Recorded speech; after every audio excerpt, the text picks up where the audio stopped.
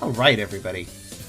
Welcome to session 55 of Pokerole, in which things occur, and the audience is invested, and we screw around. That's probably how it'll be. Well, we hope the audience is invested. They seem to be, usually.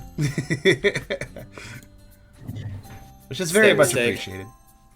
Like 98% of the time. And I guess, before we fully begin, as I should be doing this review of the Pokerole, if you like the stream, if you like the video, do give it a like. And if you haven't subscribed yet, do subscribe, because stuff like this takes effort, and your subscription means a lot. Not to mention, it means a lot if you come by the Twitch and help get invested with the rest of the live audience, and try to help me reach a partner, because that's a thing that would benefit everyone if I reach. So come on by, join the audience, hang out, offer input. It's all good. We have a pretty cool Discord community over at my Charm Plays Games official Discord server as well, and from there you can also go to the Pokerole server we have as an offshoot. So check that out as well if you're interested. But anyways, have you ever considered just like pre-recording that and just playing it back? That would be that would feel that would be too canned for me. I would feel really weird doing that. I know I'm kind of saying the same script as I do that usually, but like at least I could put a little different flair on it each time, or add a little thought here and there if I have something new to say that particular time reading it, When you said like stuff like this takes a lot of hard work, it's a small miracle that a D&D type group has stayed together this long. Even when you ignore the extra strain of streaming and making it public and also arranging it for a public game, even when you take that all away, you just make it a private game. A lot of D&D games do fall apart, you're right, even when it's just a private thing. I suppose, though, adding the extra officiality of it, of streaming and such, maybe does help bind the group together a little bit. Yeah, like it makes me feel like, no, you don't understand. I need every other Thursday off, or no, you don't understand. I need to sit. I know I do this all the time, but I'll do extra chores tomorrow. I need to sit and play this game. People are counting on me. Like, it's a mixed experience for me as a streamer. I always feel obligated to do everything I do. But there's the obligation is admittedly partly unhealthy stress sometimes, but it is also partially the fact that I know people want to come by and see something, and the dedication of the Pokerole audience in particular, both on YouTube and Twitch, and amongst the Pokerole Discord server, is very motivating.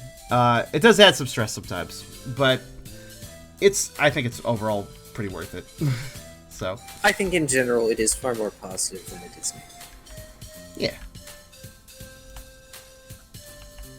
Also, yes, people on YouTube come watch the Twitch so we can get perma encoding via partner, and that way we can start streams earlier. Yeah, because this stream got started late because of lack of encoding, which wouldn't be an issue if I was partner. Honestly, guys, help me reach partner. Seriously, come to all my streams. Help me get there. It literally benefit everyone. It's completely win-win. Help me out. Okay, let me do the short recap, and we will begin. Yes. Y'all are still in week 1, by the way. We are getting to at least week 2 or 3 in this session. I demand it. I'm tempted to replace all the models with the running version that Brooke has. Because Brooke can run and nobody else can. Don't do that. It's fine. Do that later. I mean later. No. Yeah, it's fine. So, last session, the most shenanigans that were had were that Brooke got challenged by Team Mischief Maker, i.e. Purloin, Lytton, and Shinx, mostly by Purloin, to a match, because Purloin felt that Brooke had gotten quite literally too big for their britches. And Florence decided that they would be the officiator, because they had just arrived, and it sounded interesting. Oh no. What happened? Oh dear. There's no. This is the last thing we ever heard from Kyrio. Oh no. Maybe they got attacked by a Roomba. In any case, So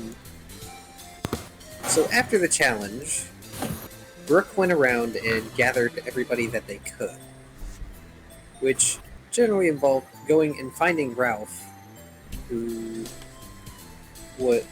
That didn't take very long, because Ralph went to have lunch with Mawile at the Pioneering Club. Finding Tucker didn't take long, because Tucker was at the daycare. And then Brooke tried to rope Riley into things, but Lizard kind of wasn't having it. Mostly because they didn't want to overtax Riley.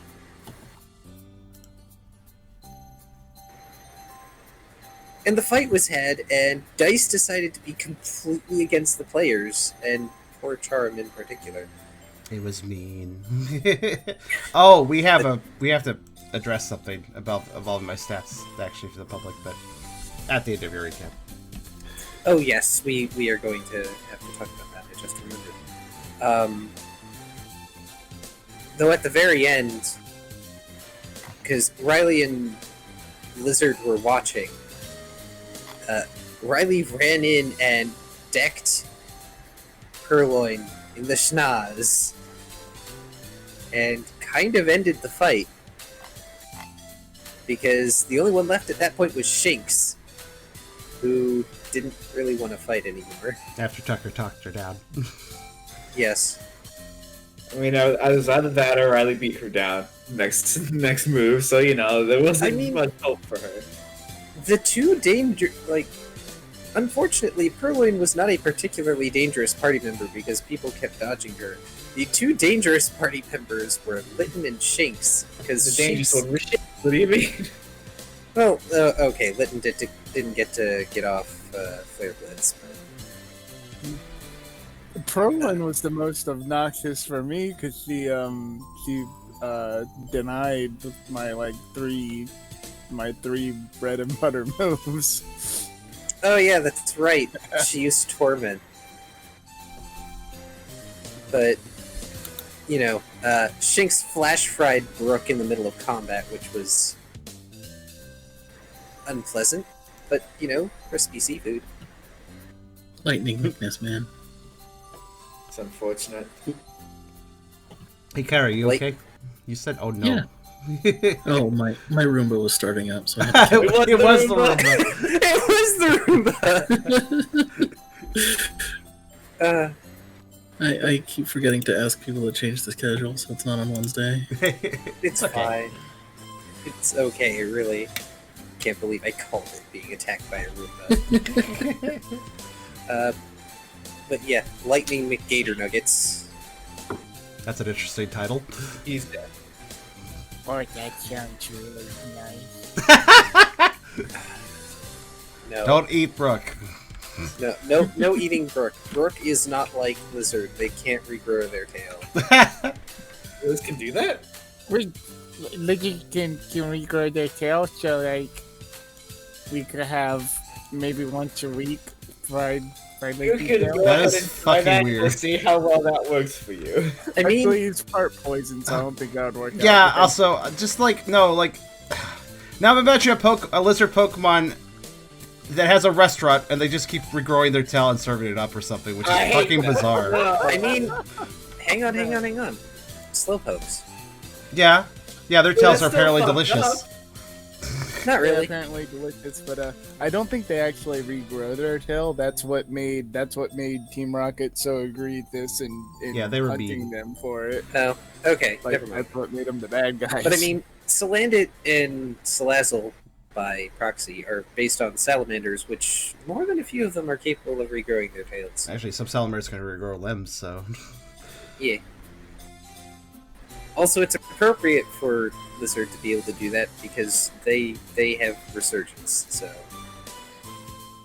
there. But we left off with Florence doing some interesting musical stuff that healed everybody involved, and Purloin was really sour about the whole thing, but if I recall correctly, the agreement was that Team Cheer now gets half of their earnings for the next 3 weeks. And free advertising. Watch them. Well, Watch yeah. Portland just spitefully decide not to take any jobs for the next 3 weeks. She get too Unlikely. bored. Oh, the Unlikely. advertising She is wants to be as assuming- far away from Savannah as possible right now. Also, Brooke is willing to let them off the deal if they really want to be. Don't tell them that. We'll have to approach him about it first. It's true, you will. But I'll say if you do, you may not get the reaction you think you'll get. You patronizing me. But as of the end of combat, and all the experience was given out, it was late in the day, which meant people could go and rest and do things, night related. Also, let's talk about Tucker's stats briefly before we begin. And I want to lead off by talking about that by basically just apologizing to everyone last session. I got overly frustrated and made some bad decisions. Which, basically the stat points I put in, they were done because I was just getting really frustrated at just how much the dice were beating me down. And I lost my patience and put stat points in without really thinking about it properly. And we did discuss it at length after that session, and we did determine that, well, the stat points didn't really benefit you over much, and it didn't change a whole lot, so you may refund them. Yeah, we decided that it would be okay for me to refund them. Obviously, that could theoretically change the outcome of the battle a little bit based on that change, but at the same time, I don't think I really even had much luck after changing the stats, so...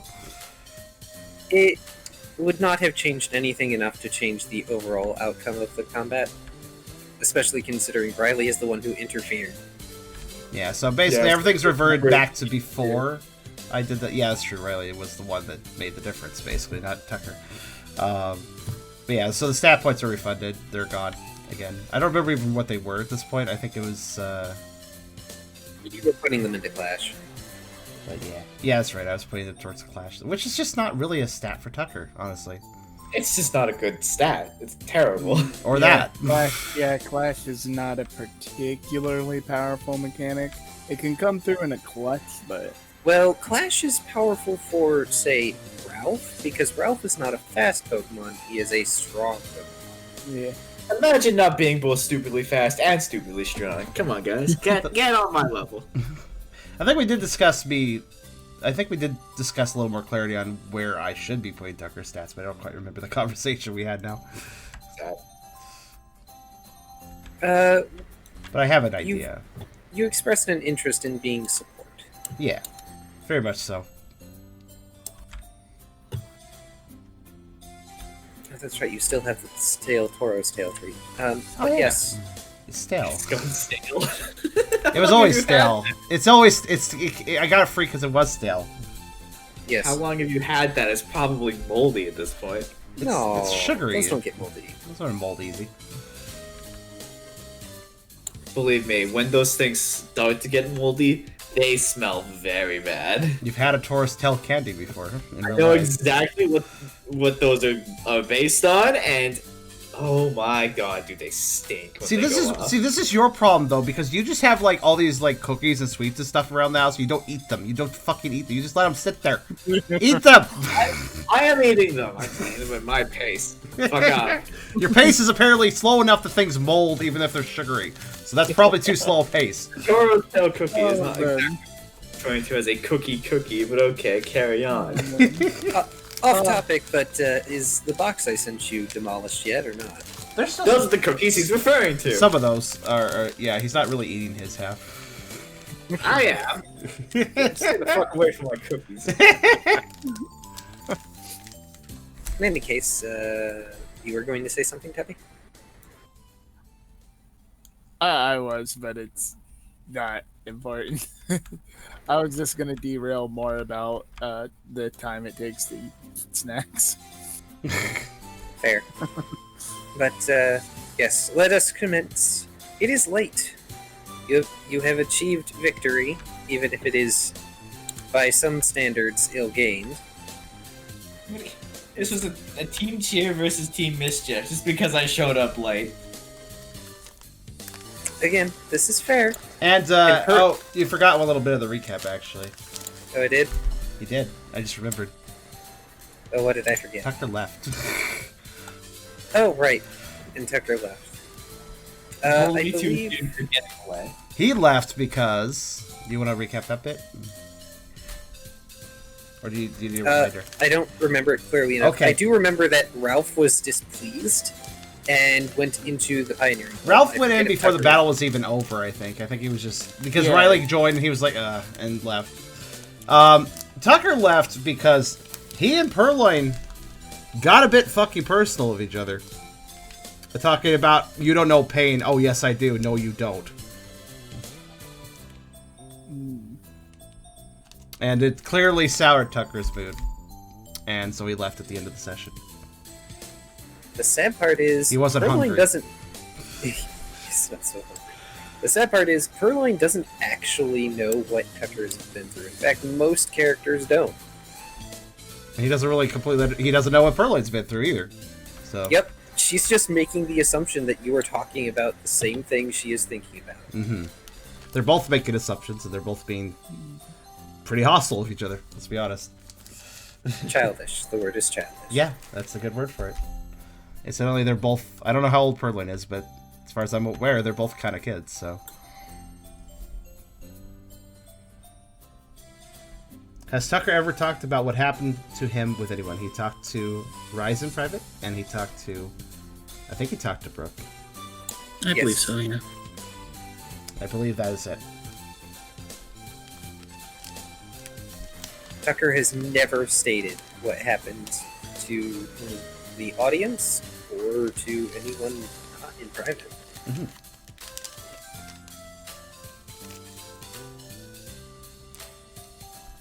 But it's late, and now we have, I guess, Riley, Brick, and Lizard out in the front of the Club Pioneer. And Florence is just shaking his head and shrugging.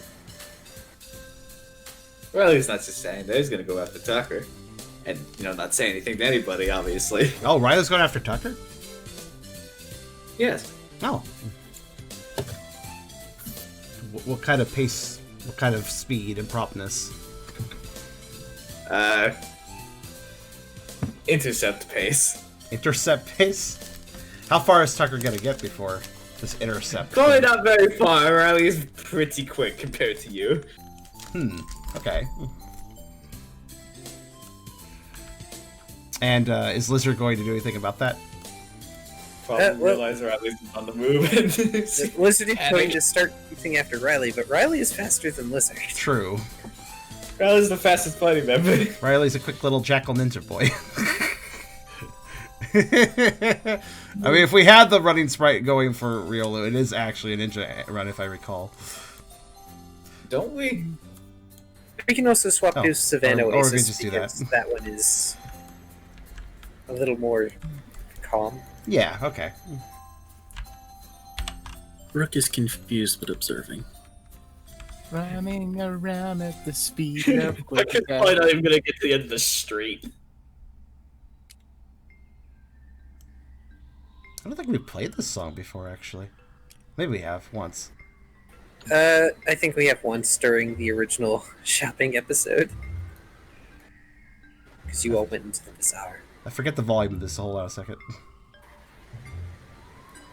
It's a pretty quiet song. It starts quiet, it spikes after. Does it? Okay. Yeah. I'll keep it there for now. I'll adjust it more as needed. Oh, I stand corrected. Lizard can keep up with Riley. What? Not quite. Based on what? The extra point in athletic makes him slightly faster.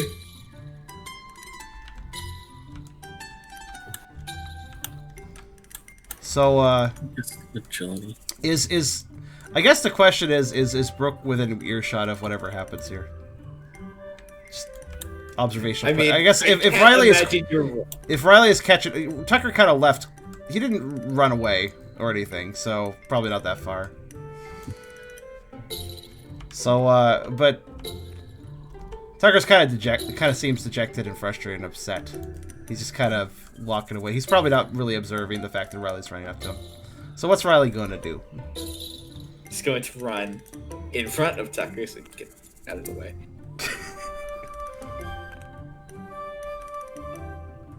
And let's get to a stop.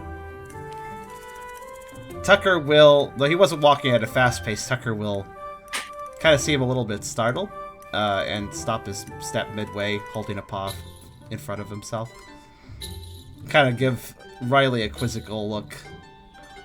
It's clear that Tucker is pretty upset. There may even be a little bit of moisture at the edge of his eye too. He just kind of looks at Riley.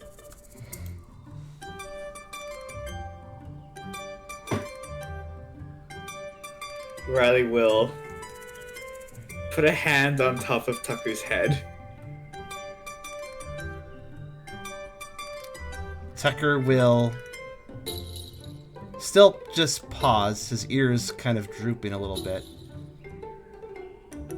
since he's not exactly sure what the Riolu is doing, but he will allow it for now.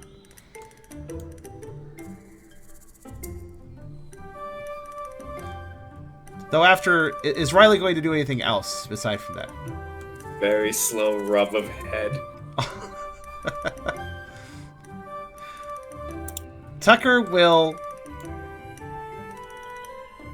at first, not really respond, but after a moment, he'll let out a sigh, and his tail will droop down a bit.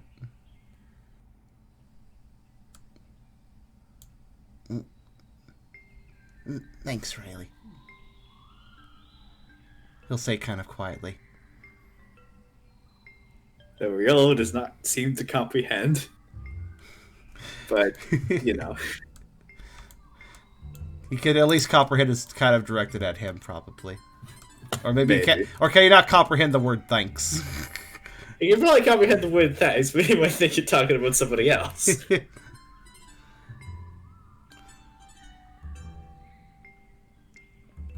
At first, Lizard has a mild panic attack when they see Riley has their hand on Tucker's head, and then calms down significantly when they see that Riley is just sort of petting Tucker. Oh, okay. That's good. That's really good. Tucker will visibly relax to it, seeming to be receptive to, well, pets, basically. Perhaps that's something he kind of needed. He'll, his raised forepaw will go up to his eyes, wiping them a little bit. Doesn't seem like he was quite crying, but things were a little bit moist there.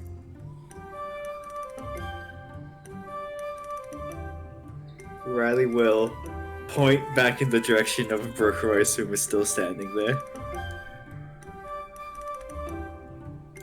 Brooke waves. Tucker takes a look back to Brooke, and then seems a little bit sheepish.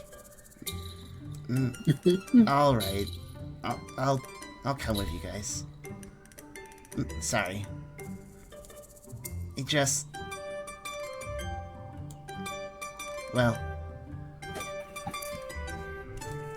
some of the things she said just kind of hurt. So, but you're right. I need to stick with the team.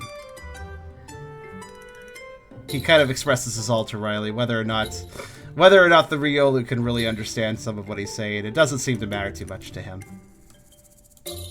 He gives a return nuzzle to Riley's chest with his head, and turns around. Riley to go will back to hug Tucker. Aw. Oh. Tucker will hold the head nuzzle during the hug, and maybe even give a little bit of a lick to Riley's belly.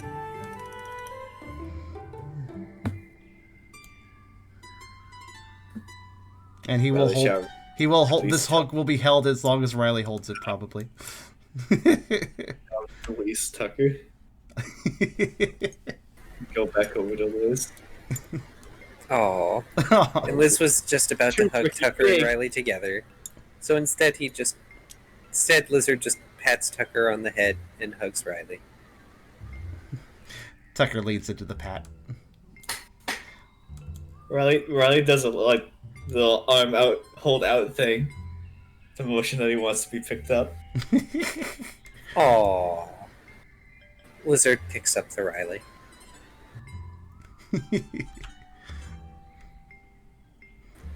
Well, I guess Tucker will turn back and go back to Brick with them.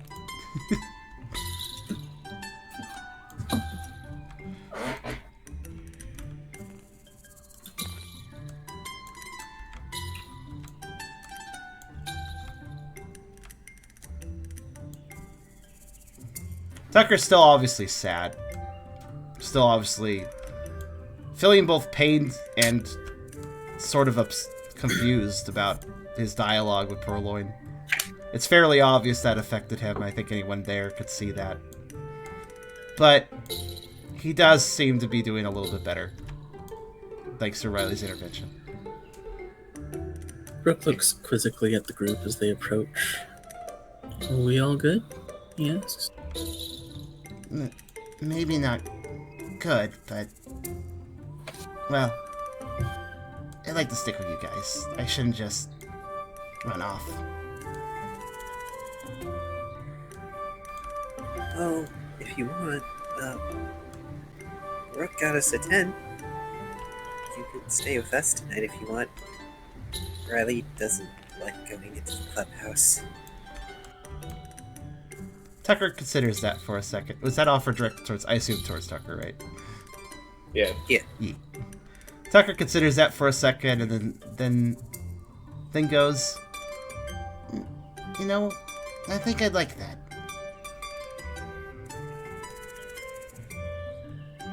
Looking at the stars might make me feel good.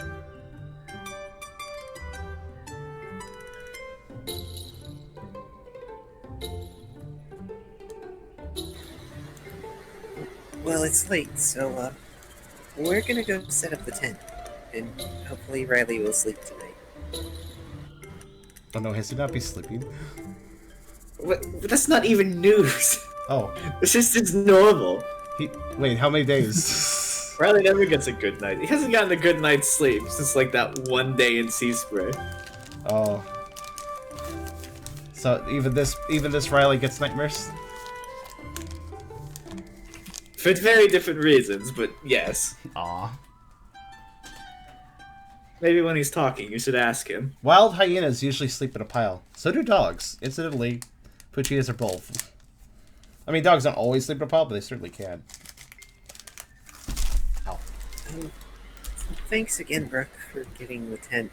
And sorry Riley sort of jumped in there at the end.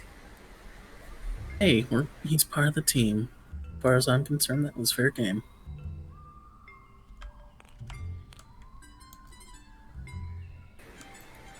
Lizard And sort so, of... Oh, sorry. and then he adds, and so are you, so it's my pleasure to get you the tent. Lizard smiles and nods. Pats Riley's head, and then motions for Tucker to follow as they go off toward the tent that they have... Well, they've got the pile of tent supplies in the middle of Team Cheer's plot of land, so... Should probably move that somewhere. The builders are gonna want to be in the middle. We should probably go to the front. Just build around us, it's fine. The builders just start building around you and then move the tent wholesale outside.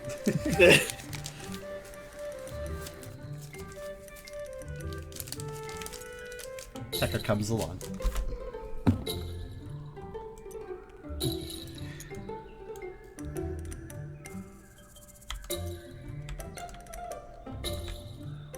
What is Brooke doing when their teammates head off for the evening? I mean, think about that a second.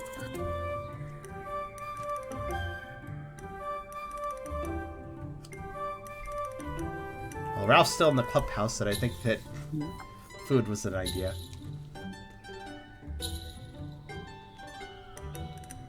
Tucker is indeed not hungry, though, because of how this kind of upset him, so he's okay going off with the camping trip.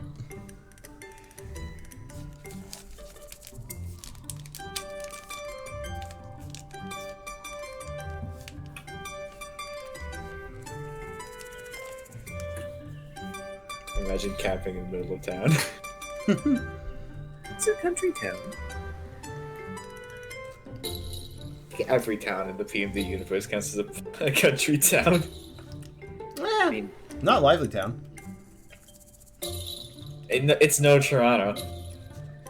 I'm sorry that the Pokemon population is not great enough to create Toronto.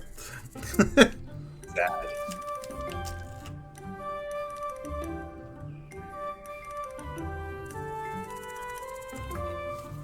Oh. Spray is not a country town.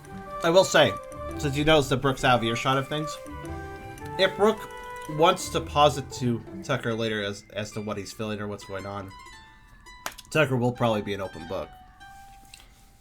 Say the next day or whatever.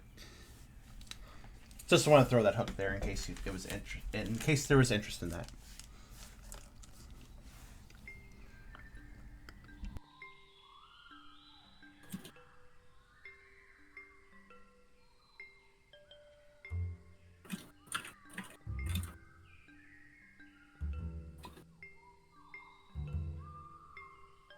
Brooke crosses his arms and thinks to himself, team's feeling pretty tense lately.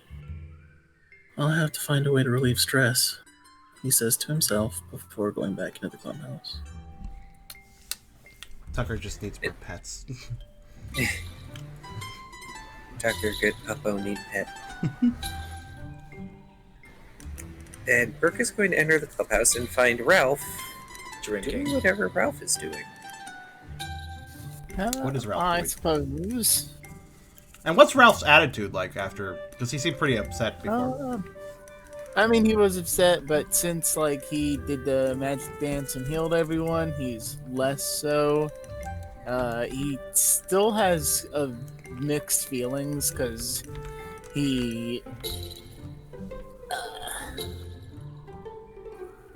because he still feels like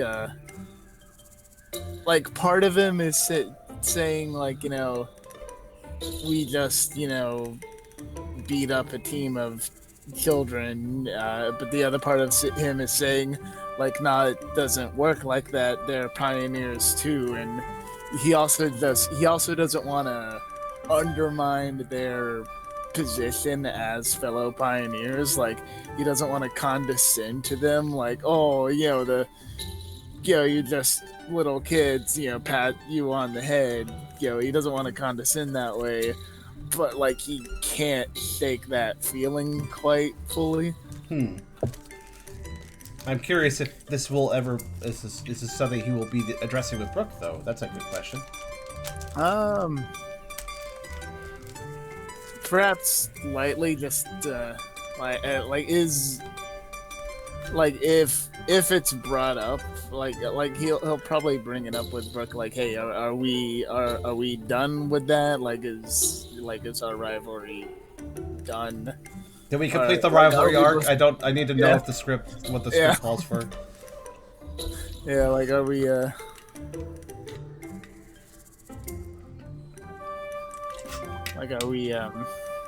this is like sort of like, are we both satisfied? Are both teams satisfied?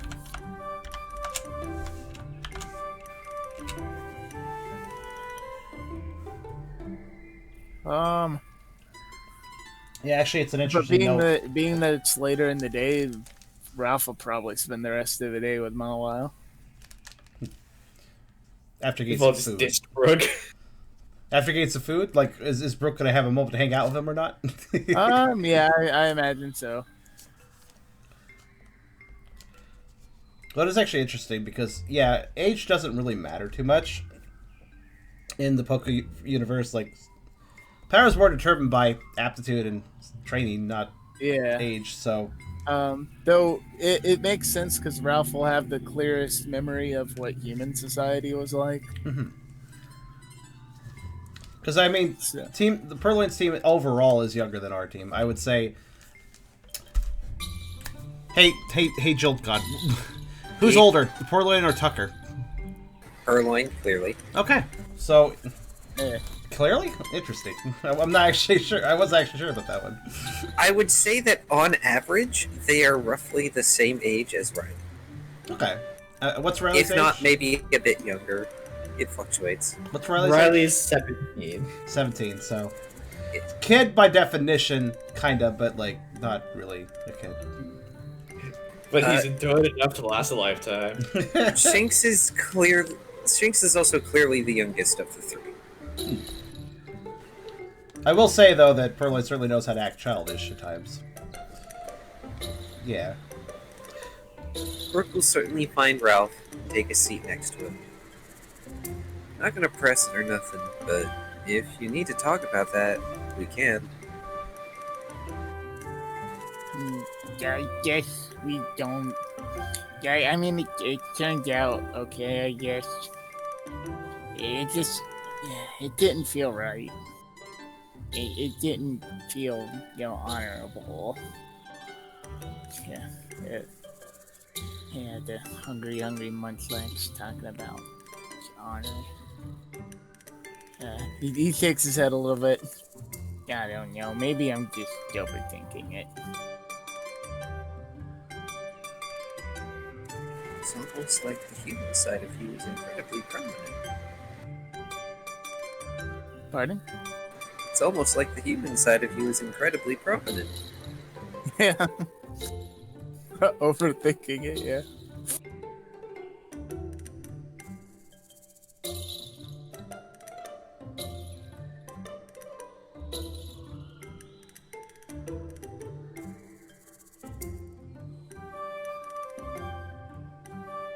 I'll let him come. And while Brooke gets the response going, I can describe that Riley and Tucker aren't necessarily a huge help when it comes to putting up the tent. Tucker does try. I mean, Riley can hold things. yeah, Riley can hold things. Tucker tries. Lizard tries. Because, well, let's face it, Lizard probably has the most architectural expertise out of all three of you. None of us know how to put up a tent.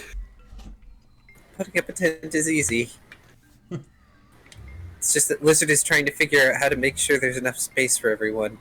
And they eventually come to the conclusion that it's going to be cramped no matter what they do.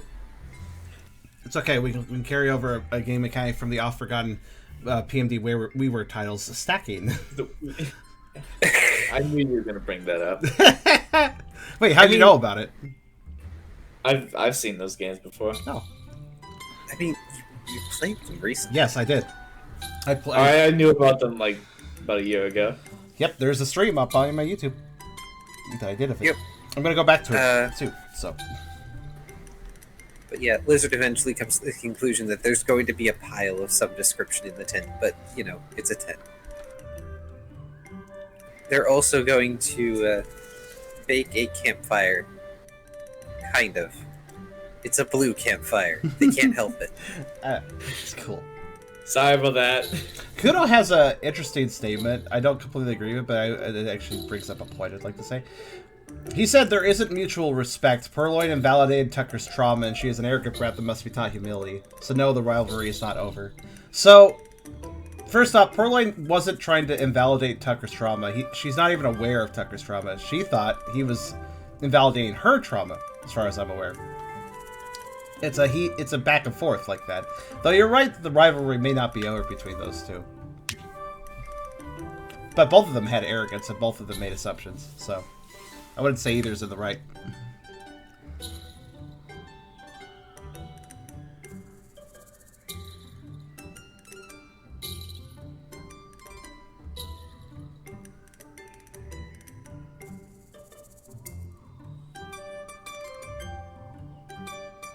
But by the time that those three get the tent set up, it's going to be getting dark, which means, hey, stars.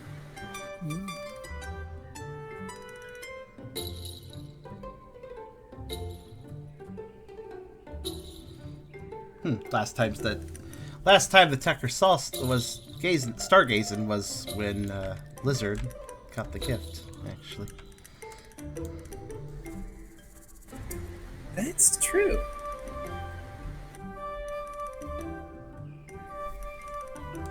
I mean, you had myriad chances to stargaze on your trips to and from the Cape of Mirrors, but, you know... Not in a...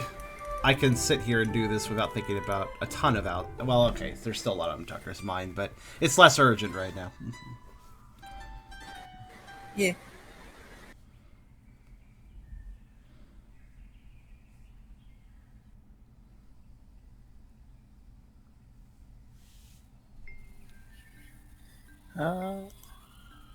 I don't want to say my next line until I know if Brooke has something to say. I'm working on it, sorry. Okay, awesome. That's what I'm... Yeah, no rush. No rush. Yeah, no rush. No rushing, just getting information. Nothing wrong with that. Chill. No rushing, we're hushing.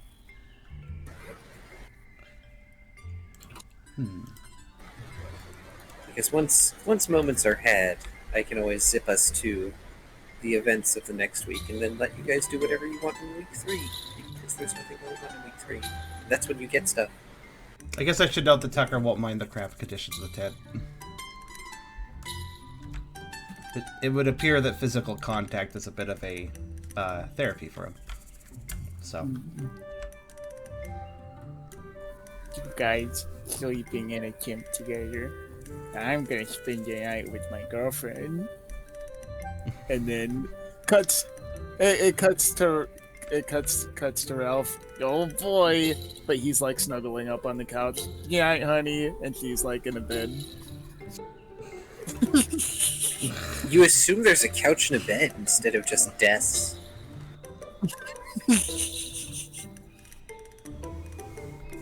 Or make it funnier. You guys can't share a bed like me and my girlfriend. And it cuts to Ralph. Good night, honey. And then the camera pans out. His feet are sticking out from under the bed, and she's on top of it. Gosh. Your silliness.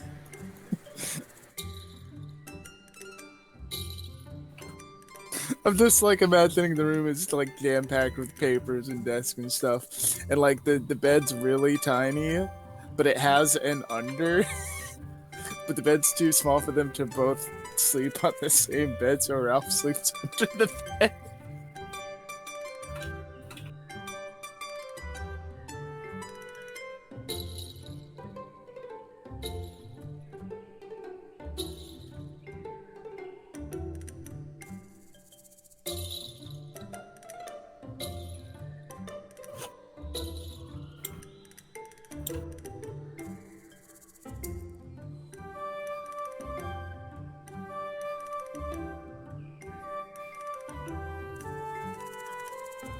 Oh, there's the blindfold. Everybody mark your calendars. Why the calendar? Very important.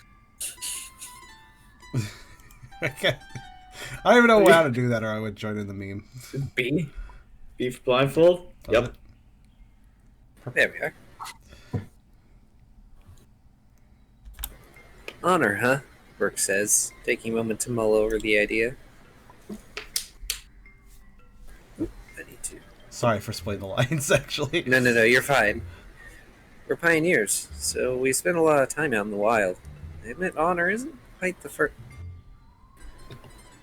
first thing on my mind. We're often risking our lives for our goals, and luxuries like worrying about what's fair or underhanded just don't factor in. Sure, that was a quote-unquote duel, but I think Team Mischief Maker knows that. They've been pioneers longer than we have, after all. If it makes you feel better, I don't have a ton of interest in holding them to the bed, but I figure it's a matter of pride at this point. I doubt Purloin will complain. Yeah, when it's mentioned that they've been pioneers longer than we have, that gives Ralph new consideration. Like his the expression in his eyes change a bit. He nods. He's like, yeah, I guess that's right. But as long as it's not a matter of, no, that's unfair of me to ask.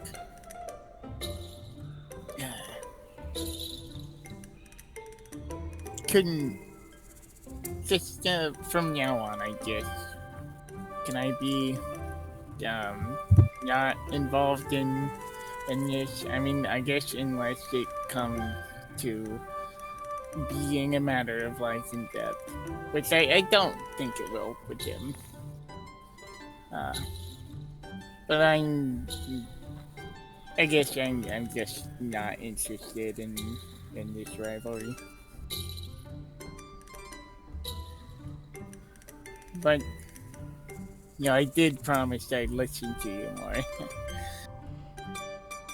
Pat. What are you patting? Patting Pat's Brooke on the slaps Brooke on the ass, Pat. Like he just got like sidled behind. I was like, what? No. He gives her Brooke a pat on the back. But I always that was a good pet pat though.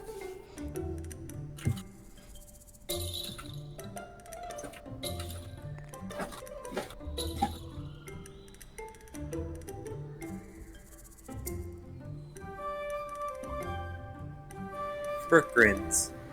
Hey, you do you. I just respond to their barbs. Bleh. Wow, thanks. This time I screwed up someone else's lines. Good job, me. Congratulations. All right.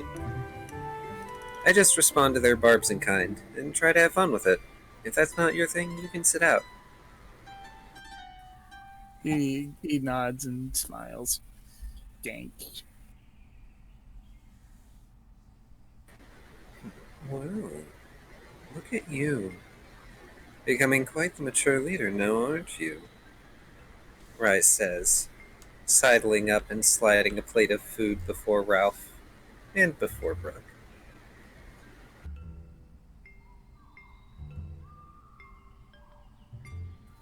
Oh, that's my favorite thing for someone to sneak up behind me and put in front of me.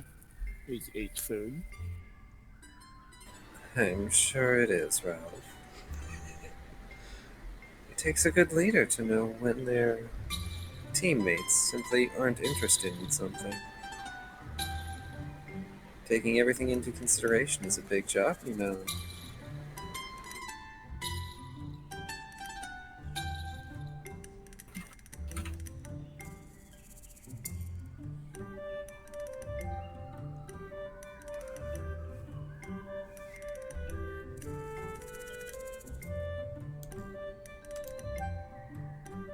Ralph will be already enjoying his meal. Like God.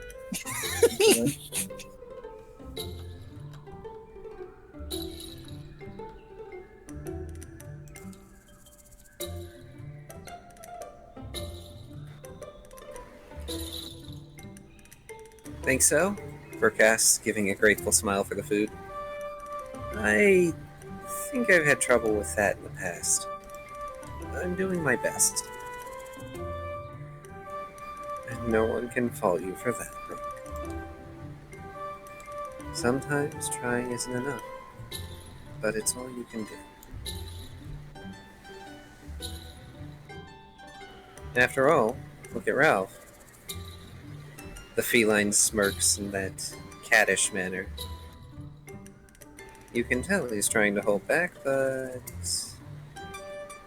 just gestures with their tail at the clean plate that is an inevitability.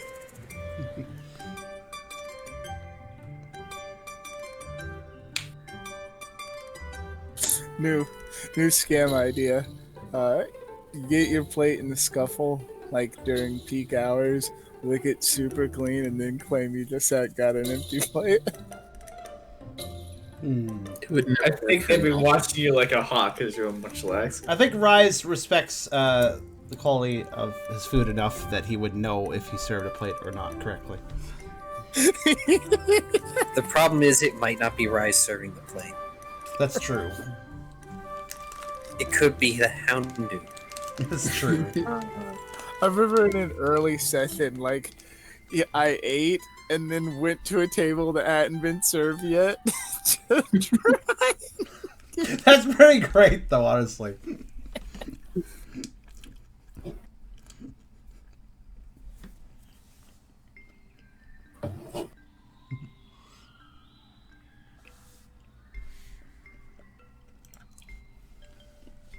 Oh, you know, I should check something. Oh, man. Side note, I hope Tubby remembers that there's a message on your other Discord account that I left for a thing that you're probably going to get at the end of the downtime. Ah, yes. Yes. Yeah, that warrants a lot of time to explain. I remember the gist of it, but I don't... Oh, I knew it. Okay. I was like, you know, one thing that I was like, you know, something's off here. Nobody's been yelling at me to show art, so maybe I should check. And I was right, there is some art. Oh, adorable. Key squid, of course. Uses the hug. Everyone Riley really used likes hug, your it was super Riley, effective. apparently. Not sure how I feel about this. What's that? What's that? Everyone really likes Brain Dead Riley. I'm not sure how I feel about this. I like that Brain Dead Riley is gaining empathy skills, which hopefully will carry over after the words.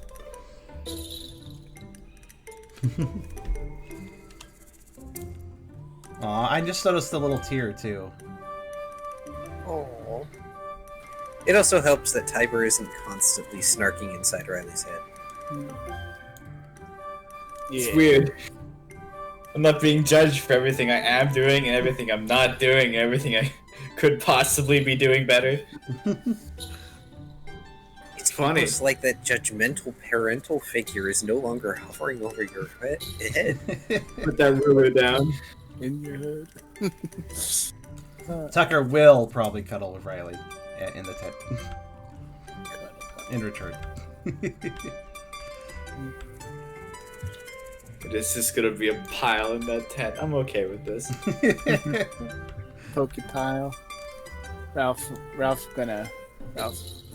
probably gonna go spend the night with Paul. He'll sleep under the bed if the bed's too small.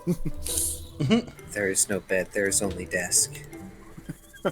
There's only desk and comforter. Desk is love, desk is life. for somebody like her. Oh, man. Like, literally, Ralph is going to walk in and find Mawile passed out at her desk, drooling on some stone tablet. With a pile of magnetite just off to the side. Gently move the tablet out from under the drool so it don't, so that it don't get ruined, and just sit on the back of the chair, like Ralph's back to the back of the chair, and have a sleep. I imagine as a Munchlax, I can sleep any damn. You're gonna feel that in your back tomorrow. I imagine won't. as a Munchlax, I can sleep anywhere I please. Oh my goodness. He has the ability thick fat. He can does. sleep anywhere. He's his own bed. He's his own cushion. Much like Tucker. It's two things I'd like to know for the chat. Beerus, it's kind of funny you mentioned that because I was actually watching a video of that game earlier. So I know what you're talking about. Also, Therial Wolf has a comment to Eragon, which I actually would like to extend off of. He said, less liking Brain Dead Riolu, more liking the interactions it brings. I personally think of it this way. Tucker is not happy that Riley's brain is gone. But Riley was never emotionally developed before. He always repressed that at best. He did care, but he didn't... There was no... His emotional balance was really, messed up. So, while he's mentally gone right now, he is developing emotionally, though. Which is, of course, receptive to... Well, Tucker. Tucker is pretty much the emotional party member. So, that's... He's very receptive to that.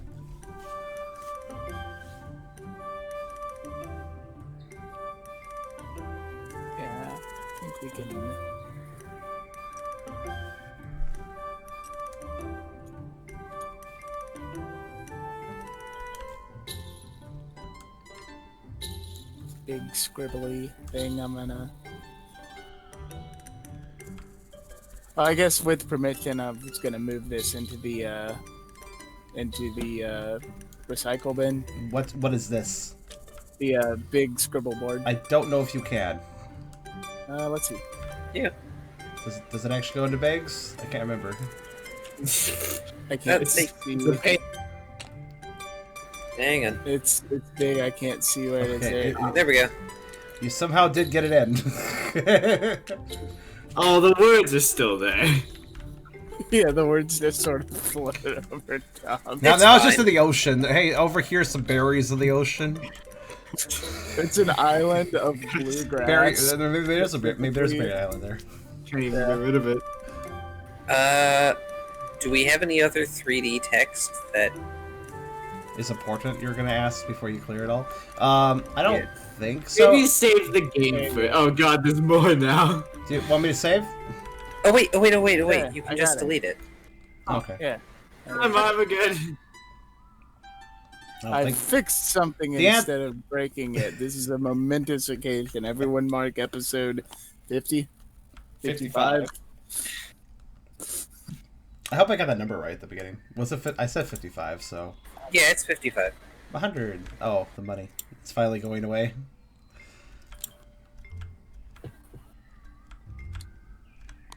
Have we paid yet? Yeah, that should be the payment for the clubhouse. Yeah, it's the overall payment for the clubhouse. It's been separated out for a while, but not actually like dismissed to the ether yet. It's because Like, we've been stuck on week 1. I feel like a little bit lower. What? So I feel like a little bit lower. Are you so... Yeah, Why are you beautiful. so Why are you Fine. being more? I'm not even that picky. What?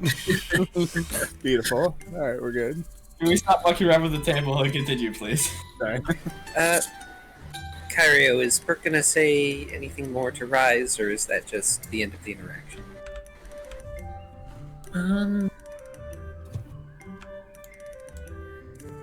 Brooke I Rise just wanted to interactions are make pretty sure rare. before we continue in case there was anything you had been typing this whole time. Yeah, I think that's it. Okay. I'm not even really sure of Brooke's opinion of Rise. Thinking about it. Well, Maybe we should ask him. yeah, you could totally ask him. There's lots of time to do so. Y'all are locked down for another freaking 3 weeks. So, night comes. You all go to your arrangements of sleeping if you're not already there, which is mostly Bert going into his own sleeping arrangement. For those 3 camping, the stars are bright tonight. They're colorful. And with what few human memories that Tucker has, they're different. They remind him of connection. More than they do of actual stars in the sky.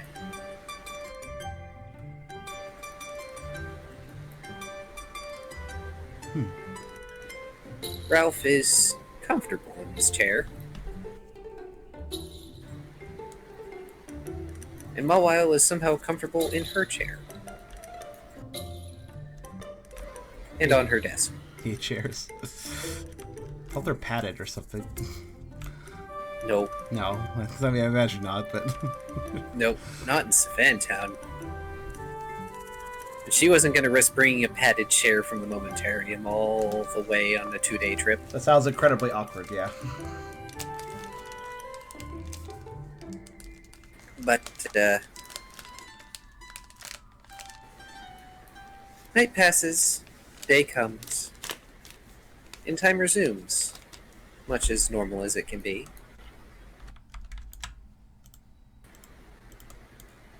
And unless there's something that any of you want done particularly before week 1 ends, we can move on to week 2.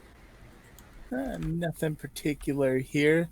I will be devoutly mostly going most days to the post office. The mail must go through after all, rain or shine. And if I work hard, maybe I can move up the ranks and be a postmaster when I retire. I don't know. You're equipping a pioneer. Tucker will probably resume his activities of, aside for the tent night, he'll probably go back to hang out with Rise. Maybe he'll go back to the tent some nights, though. Like, kind of back and forth. Hanging out with people he has emotional connections with, swapping around. What was Tucker doing? He was trading with Rise, and I think that was Daycare. Yeah, daycare, of course. Silly me. He'll still be doing that too.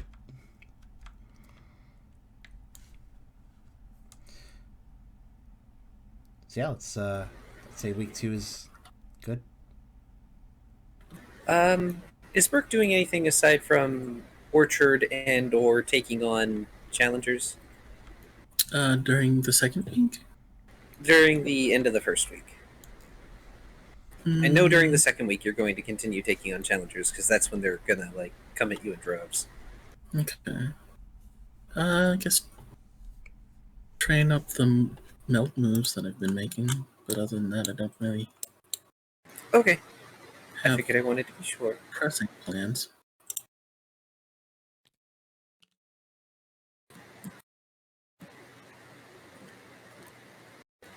Those 2 extra are for your Orchard hours.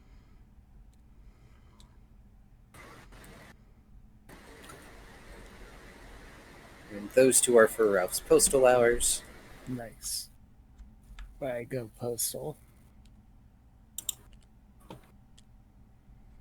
So week 2 rolls around. And Tucker, you've been babysitting for a while. And you're pretty sure that you can imitate the moves that the kids are starting to use on you to try and get their way. And they're figuring it out. And I know I asked you before, but I'll ask you again. Do you want baby doll eyes, or do you want play rough? That's still a really hard decision. Though originally I was leaning towards play rough, but after that last session and kind of the mistake I made, I was honestly thinking about it. Like, do I want to focus on that? What is Can you remind me of the 2? Well, actually, I could just look it up. Are they both fairy? They're both fairy moves. They are both fairy type. Yeah, let me just look here. Also for the benefit of the chat too. So baby doll eyes. Before anyone acts in battle, the user looks at the foe with the cutest eyes. Priority, so it does. How does the priority move work again? I don't take priority into account very often. It's mostly for initiative type purposes. I have yet to use it for anything mechanical. But say, like, for the purposes of something outside combat, that's generally when it would come into play. Because, for example, quick attack literally speeds you up. So quick attack would go off before baby doll eyes, for instance. But in combat, as much as priority is interesting, it requires going through the whole process of the mess of the battle system of everything going on at once. Right. So if Tucker were to use baby doll eyes and he was after some other like foes, how would the baby doll eyes trigger then? Just simply when it gets to his turn? You wouldn't be able to use it outside your turn unless you were, and you can't use it to clash because it's support. So the priority thing would basically just be ignored in this sense. Yeah. Priority is something I have mostly ignored. Okay. But it nonetheless would lower the strength of the opponent, which... Actually, hold on. Kind of has a weird synergy with Hal. Sorry, and Hal ups Tucker's strength, so it can both raise and lower his strength effectively to different targets if he were to have baby doll eyes. Play rough, meanwhile, yeah, it's dang good. Dex fight brawl, strength +3, roll 1 chat die, reduce foe's strength. So that could actually reduce strength as well, potentially.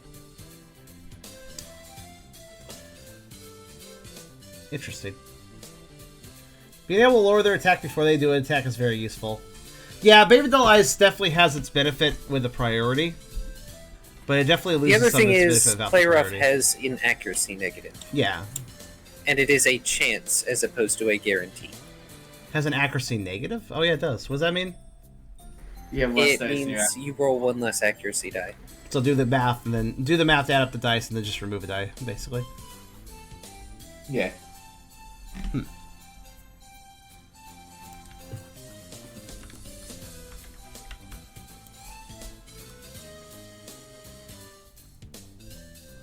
The fact that it's based on dex as well makes it a little less useful for Tucker. Whereas Tucker has a massive cute stat. Yes. It just become Growl of priority without priority. I guess effectively, yeah. So, like, here's a question. Like, Tucker, I do want him to focus support, but the question is that support move worthy of being taken? Basically, that's the real question. Personal question is, would Tucker get more out of Play Rough? In and out of combat? That's the thing, though. That's the other aspect. Where if you're talking about purely combat, it's pretty. Play Rough is a fairly obvious choice if we're not considering the priority of Baby Doll Eyes. But if we're considering the social aspect of a move, remember, moves can do stuff besides battle stuff. Baby Doll Eyes might prove a lot more useful, actually. Again, especially considering Tucker's rather exceptional cute stat, which I can't recall. I think he can actually increase his special again. Can't he? I don't remember. You'll need to check at later date.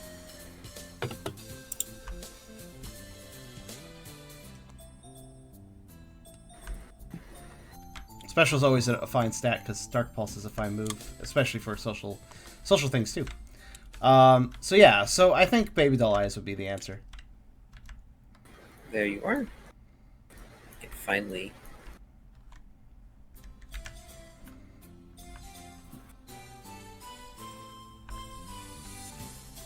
There we go. It is Baby Doll Eyes effectively is weaponizing cuteness, so there is there's some real social strengths to it.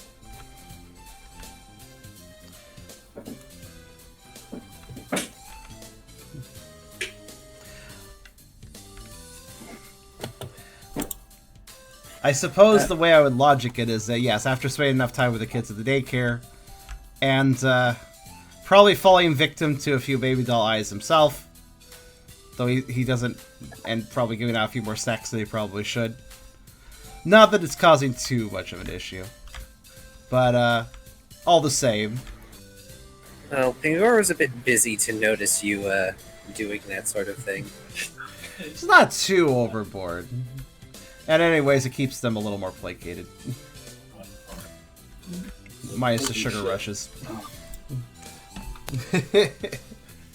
But after seeing that enough times, yeah, I think Tucker would pick up on it.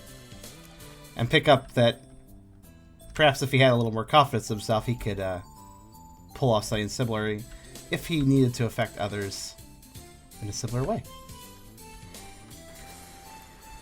Brooke has begun taking on challengers, and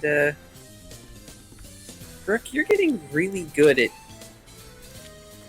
getting Pokemon social talents. Yeah.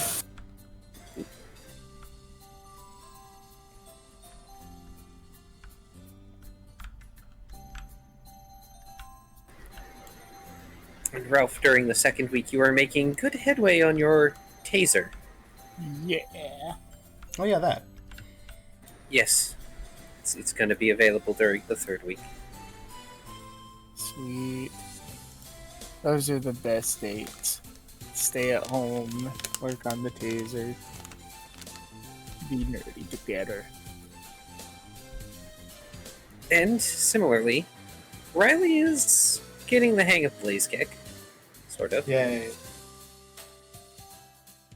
Though Lizard, for the most part, is trying to keep Riley from constantly training, since that's a bit similar to what Riley was doing before.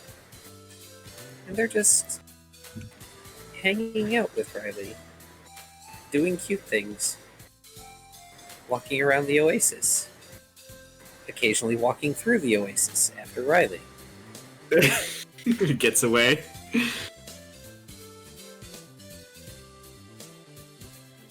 Keeping Riley from punching and or biting things. Lizard certainly seems to have a handful right now, that's for sure. Though, at some point, Lizard is going to go to the spa again because they just, unfortunately, don't really know how best to help Riley aside from being there. Hugs can only do so much. At least that's what they think. How are you going to afford the full treatment spa again? Oh, hey, there we go. Ah, Look at my that. aunt is home. Wonderful. Group spa day. Group spa day. Well, if Brooke is going to bring that up to the group at some point during week 2, that is entirely possible, which means that Lizard may end up holding off. Or they may just ask about, how much it would cost to, split a spa with several other Pokemon.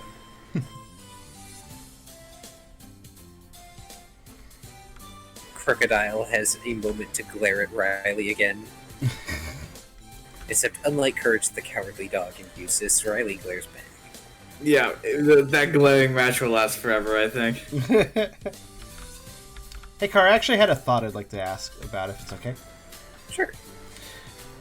Is it possible that, especially in a social situation, that is to say, using the moves outside of combat, is it possible that, I realize Baby Doll Eyes could definitely influence, or even, I guess if you want to look at it a negative way, or a more aggressive way, manipulate Pokemon?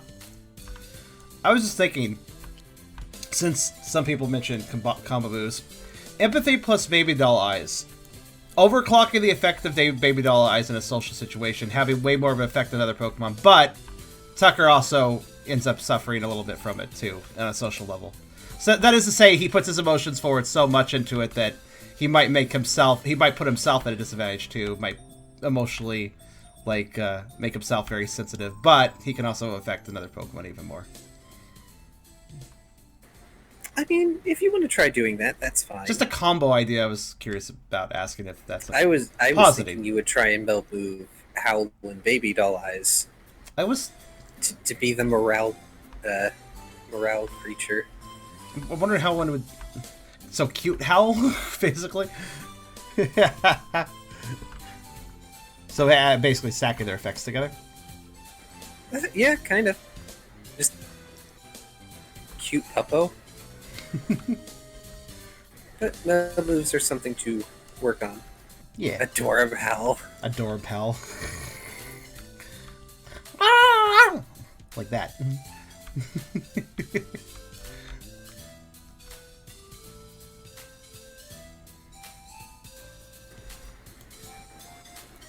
But we'll go through the events of week 2 in relative order.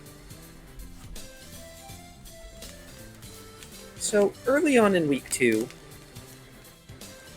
Lilligant approaches Brooke and asks for their help. In particular, they ask for Brooke and Team Cheer's help to get some comb bee honey whenever they get the chance for the spa's garden.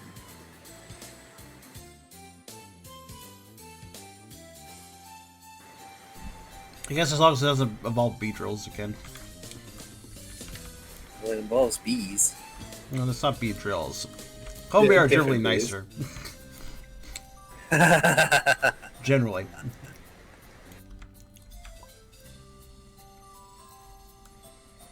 Right. The dogs were full of cred. There was no one there. Oh. Since there isn't actually any comb bee hives in town that you know of, because you would probably know, considering you're working in the orchard on the regular.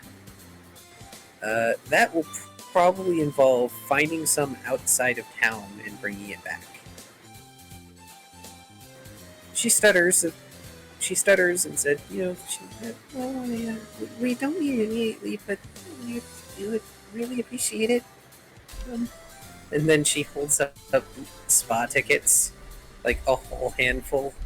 I can reward you in more spa tickets.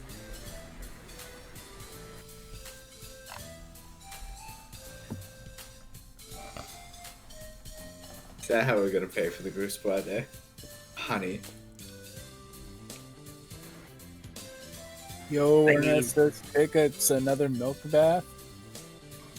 I mean, Well, she did not specify how you have to obtain the comb bee honey, just that, comb bee honey. But in most cases, this would probably involve leaving town, unless you can find it in a market stall.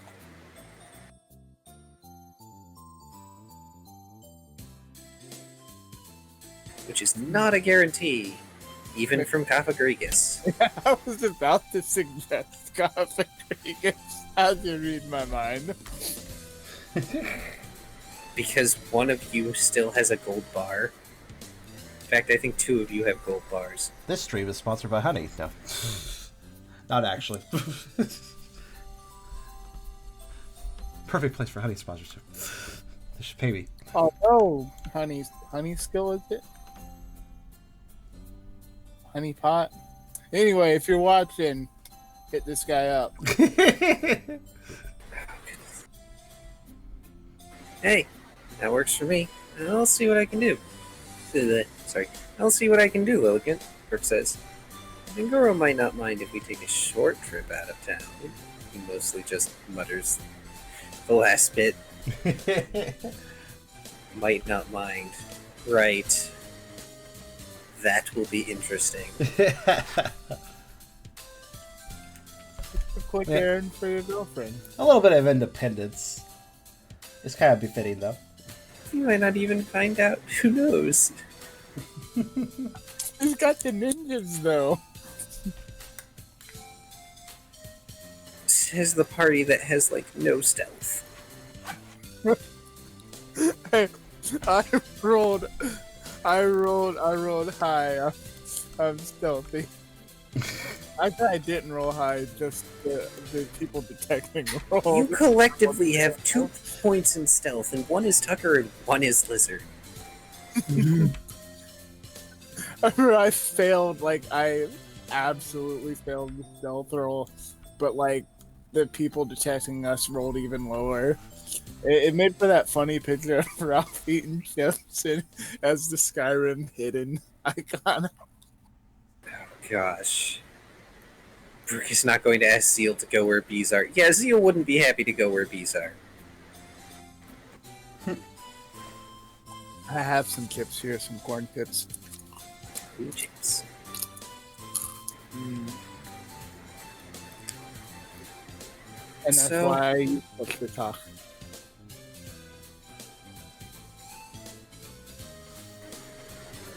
The major event of the week occurs towards the latter end of it. And all of you are present in some capacity or another. Admittedly, Riley and Lizard are outside of the Pioneering Clubhouse when this happens. But Brooke is probably schmoozing with Florence at the moment. Smoozing. No, there's not a better word for it. It's just accurate. Brooke is learning to be social from the bard.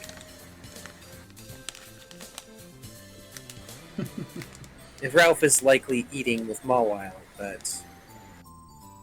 and Tucker is probably babysitting, or just finishing a babysitting shift.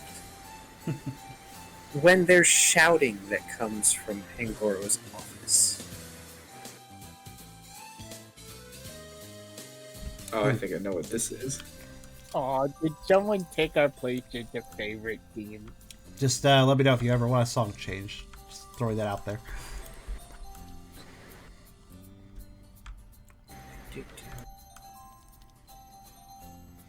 I don't know if this needs a song change, but What? depends on what it is.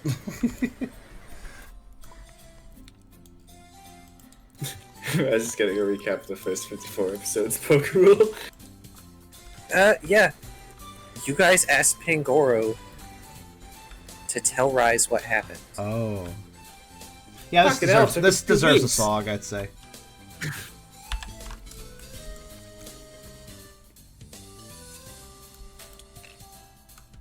So, let's see. I saw everybody going to the events page. I'll go there too. Dusk sulking about. Just use that one. That's for something that's involving spoopers. That's not. This is pretty spooky. What do you mean? Spoopers.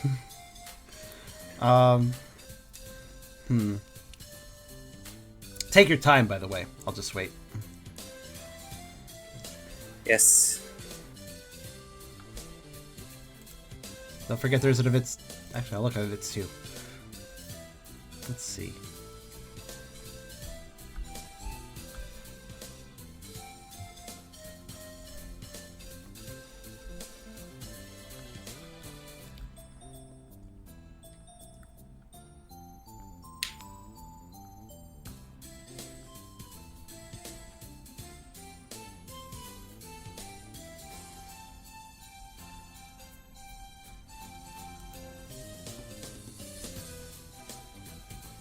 I really need more generic event songs. And by generic, I mean, like, this is a good mood. I don't have it set to something specific, but this is a good mood for this sort of songs.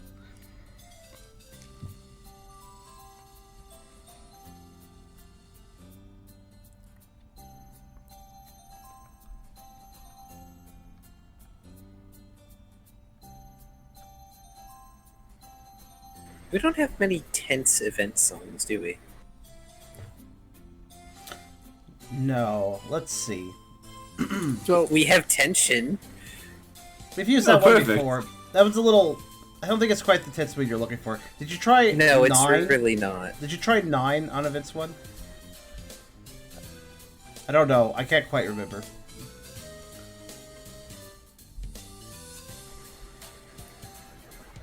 No, I haven't used it. It seems very doomy, but we can use that one. I can't I actually feel remember. like Doomy is pretty accurate here. I can't remember how that sounds. Let's see. Actually, that's a little too aggressive, I think. Let's see. I know. I think it's fitting.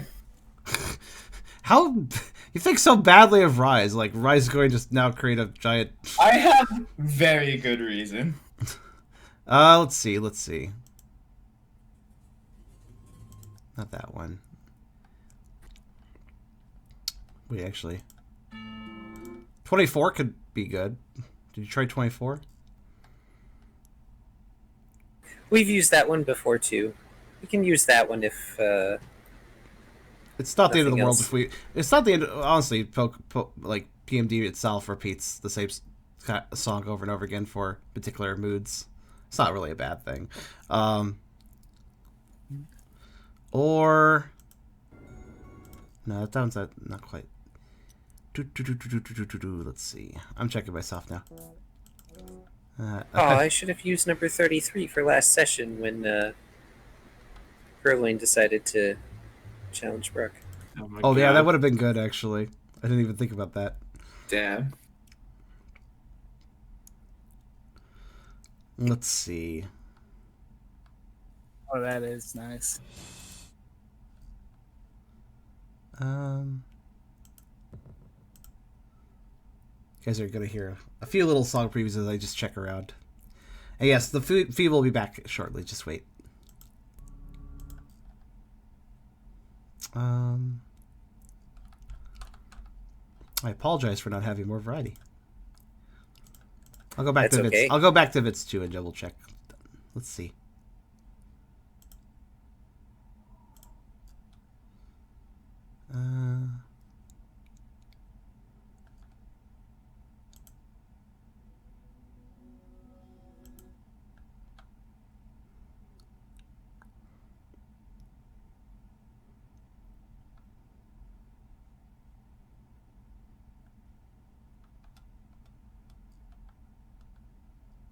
Yeah, I think you might be best off with the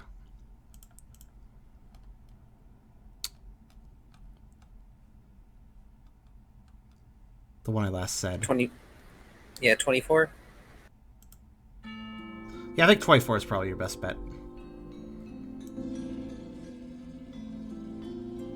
There we go. I'll try to get some more event music later. The important thing is we can still set a mood. I just need to worry about a little bit more variety later. Yeah. This Sorry, is not what's- the kind of what's the event number that we is using? slated to happen often, so... It's really hard to plan a Vit song since that is largely requiring knowing the plot. And I'm a player, so... What number are we using, please? 24. 24. 24. Of events 1? Yes. Thank you.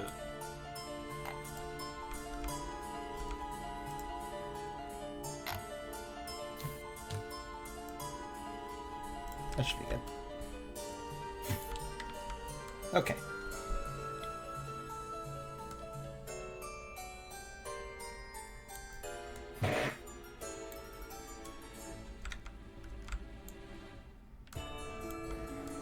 So...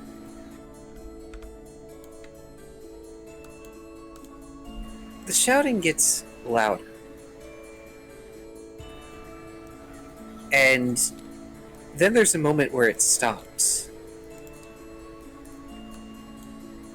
And then there's the sound of a door slamming open. Rise! We're not done! Pangoro shouts. And me doing a shouting in Pangoro is hard, so I apologize.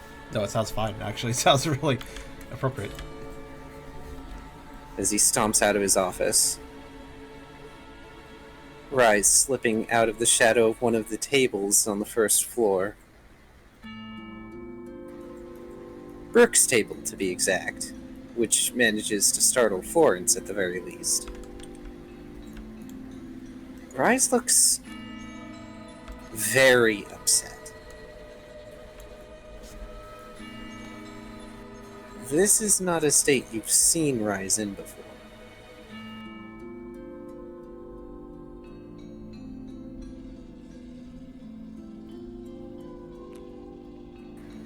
So the question is, in this swift sequence of events, who's reacting?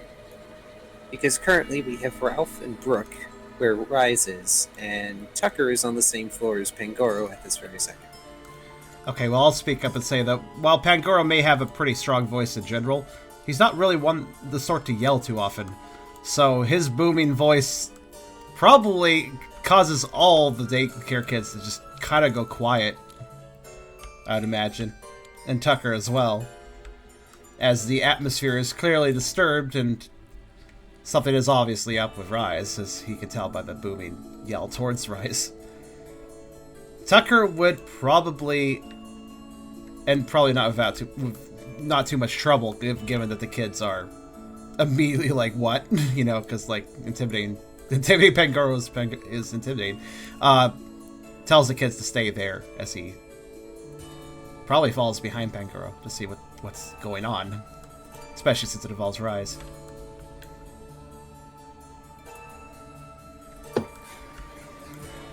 You follow and see Pangoro stomping down the stairs, and as you follow, you note that Rise is headed towards the door. So, how are Brooke and Ralph reacting to this sudden turn of events?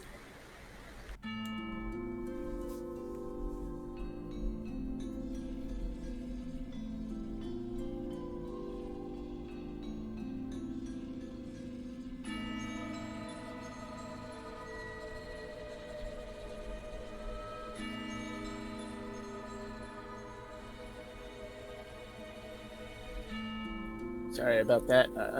He really did go home. I had to like calm down the dog and stuff. Oh, okay. So you missed what happened. When did you pop away?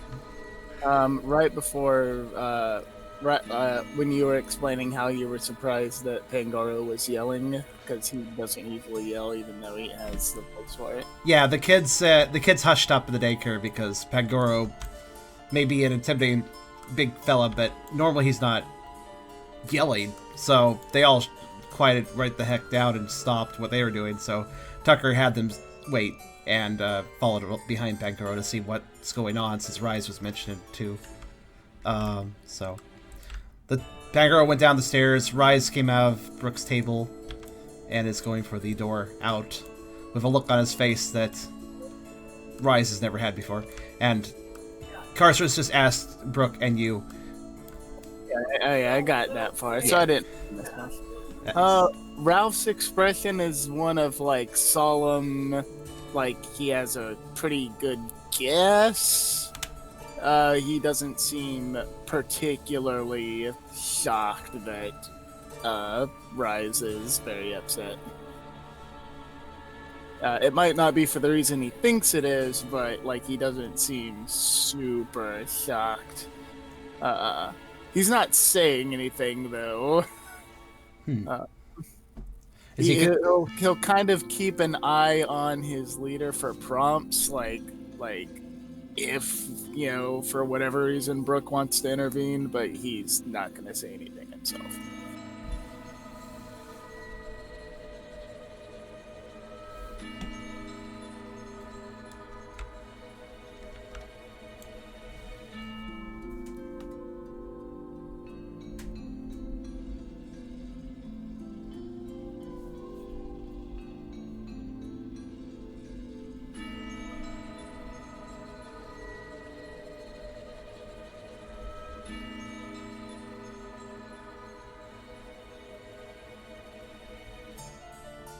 God, I'm getting anxiety from this. Thanks, Car. Does he acknowledge me or Brooke at all? Or does he just slip out and just head for the door? He is slipping out and heading for the door. He's not in the mood to go around acknowledging anybody at the moment. Just wondering if there was, like, if he chose our table in particular to be like, you two! Explain No. yourselves. It seemed to be an incidental choice of Shadow. Yep.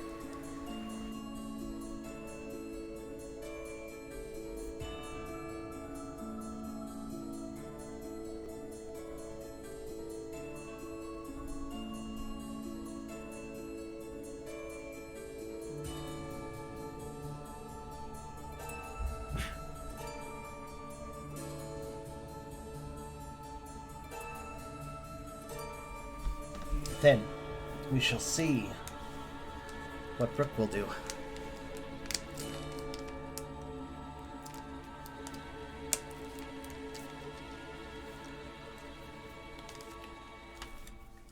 know what? This is the perfect track for this, because I get to mount the tension while I wait. Honestly, this is a pretty good tension track, just generally. It's generic enough that it can be used for a lot of different things, but also evokes a good mood.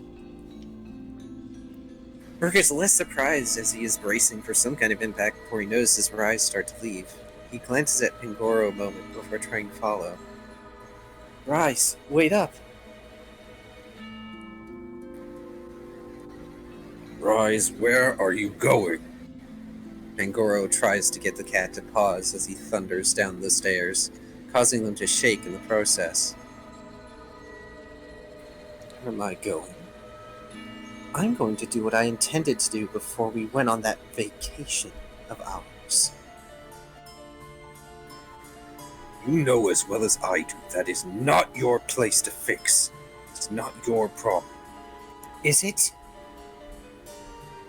It's not my problem. Huh? What about the problem for others? Why am I the only one who seems to be willing to do what needs to be done?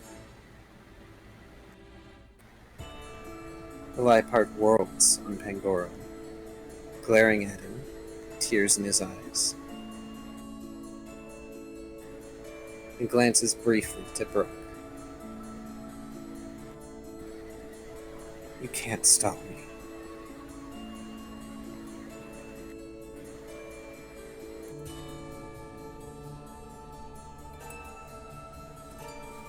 Does Rise notice Tucker? He is trailing behind, but he is somewhat near Pankuro. Not yet. I've also paused the action briefly so people can respond. I'm kind of curious if Tucker, either by desire or simple instinct, is trying to reach out his empathy to figure out what Rise is doing. What he's somewhat aware of what's going on, but not completely, after all. Ralph is going to just stand and await for instructions. Like, he's gonna stand up, like, get ready in case Brooke wants to intervene. He's going to, like, stand up and await instructions. He'll, like, kind of cast a glance look, like, ready to jump when like, if you want to, kind of look. He just stands up, gets ready. Tucker is able to acknowledge that Brooke and Ralph are there. Would it be all right if I did an empathy roll? Sure. That is within reason for the time frame between action bits. Yeah, because probably the moment he saw Rise and saw Rise's face being twisted in a new way, he would probably immediately be instinctually reaching out that empathy. So there's a bit of talking. There's time for him to do that. Insight contest etiquette. Let's see.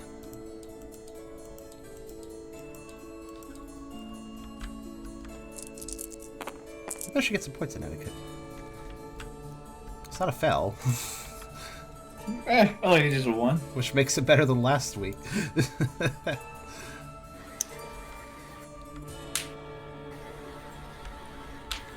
So you're using empathy on Rise? Yes, just trying to figure out what's going on in Rice's head, basically. What emotions are going on right now. You barely extend the connection before you're forced to recoil.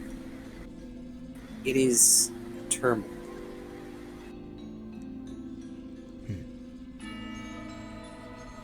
You can't pick out any one emotion or feeling or sensation as things are.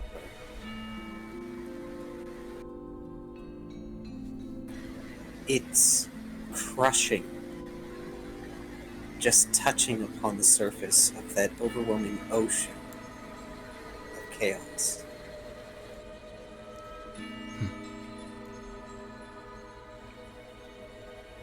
Like touching the top of a hot stove.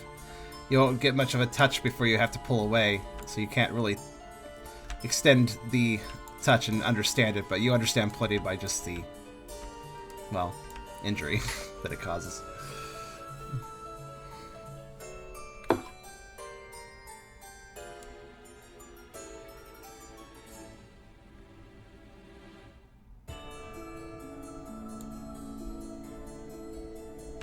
Dark Pulse Empathy? I don't know if it's wise to be using moves on a distraught Lifeheart at the moment. Yeah. Also, that would require a little more preparation, and I think Tucker more extend the empathy instinctually rather than planning it out. The Dark Pulse Empathy extended to Shaven was thought out for a bit, for instance.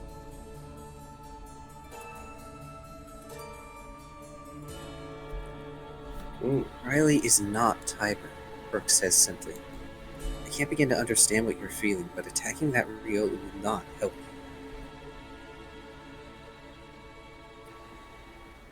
There's an unpleasant silence.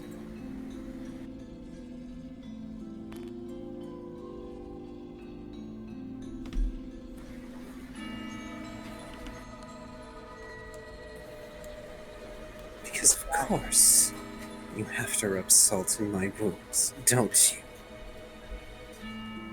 The saltwater crocodile. Rise glowers at Brooke. The absolute venom in his eyes is something that you haven't seen before. This is true and honest. feelings of betrayal.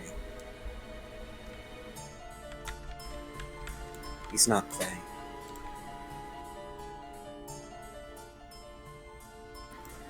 But I'm going to do what I can.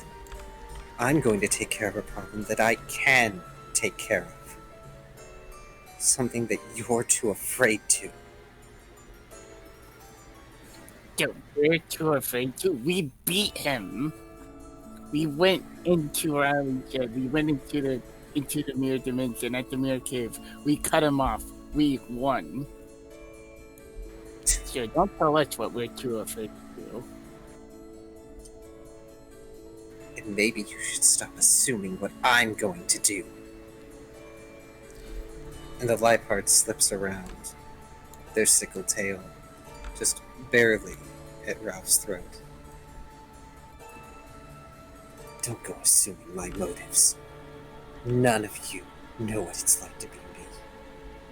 None of you know what it's like to be the only person here who's willing to do what must be done, even if it hurts.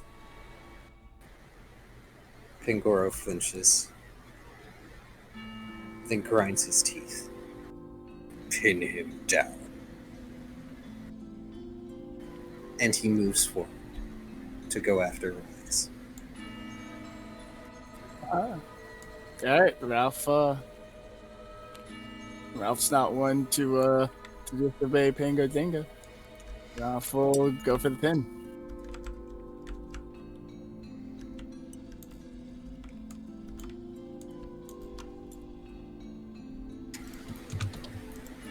That'll be grapple.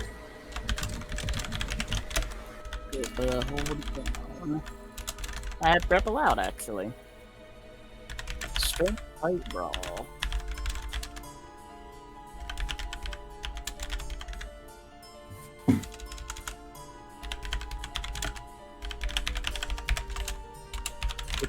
Quite a few guys. Oh, nice.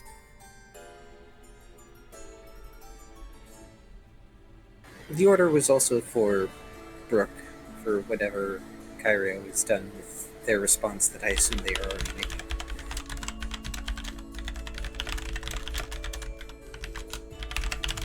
Right, while he's doing that, I'm gonna run to the bathroom.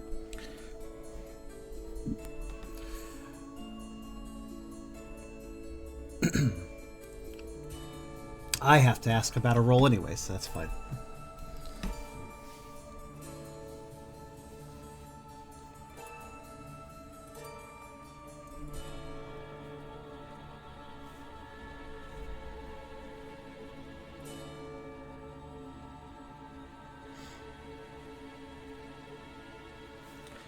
Alright, I'm doing a roll. Well, after I see if there's any extra information about it.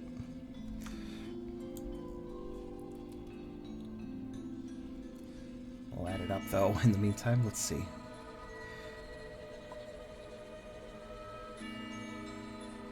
So that,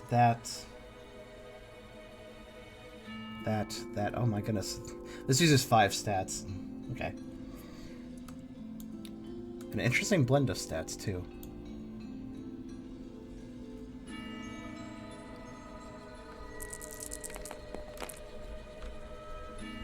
And Brooke will look at Pangoro before shrugging and attempting to join in.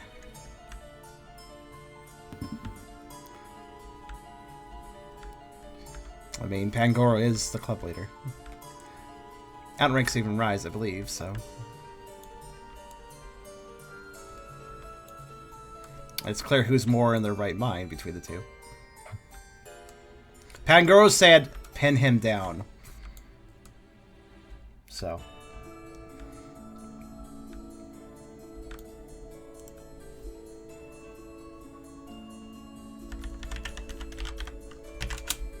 As I believe... Oh, there we go. If you're wondering where Karserus was, he was typed into me. We were having a private talk. So, let's see. Ah, I see. The pools. Okay. Strength rate roll, is it? Check roll, yes. All right. Shall I do my roll now or shall I wait?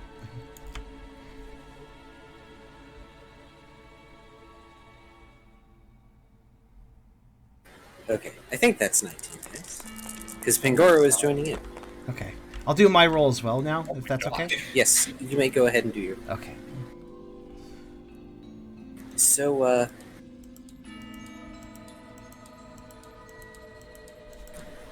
for the moment,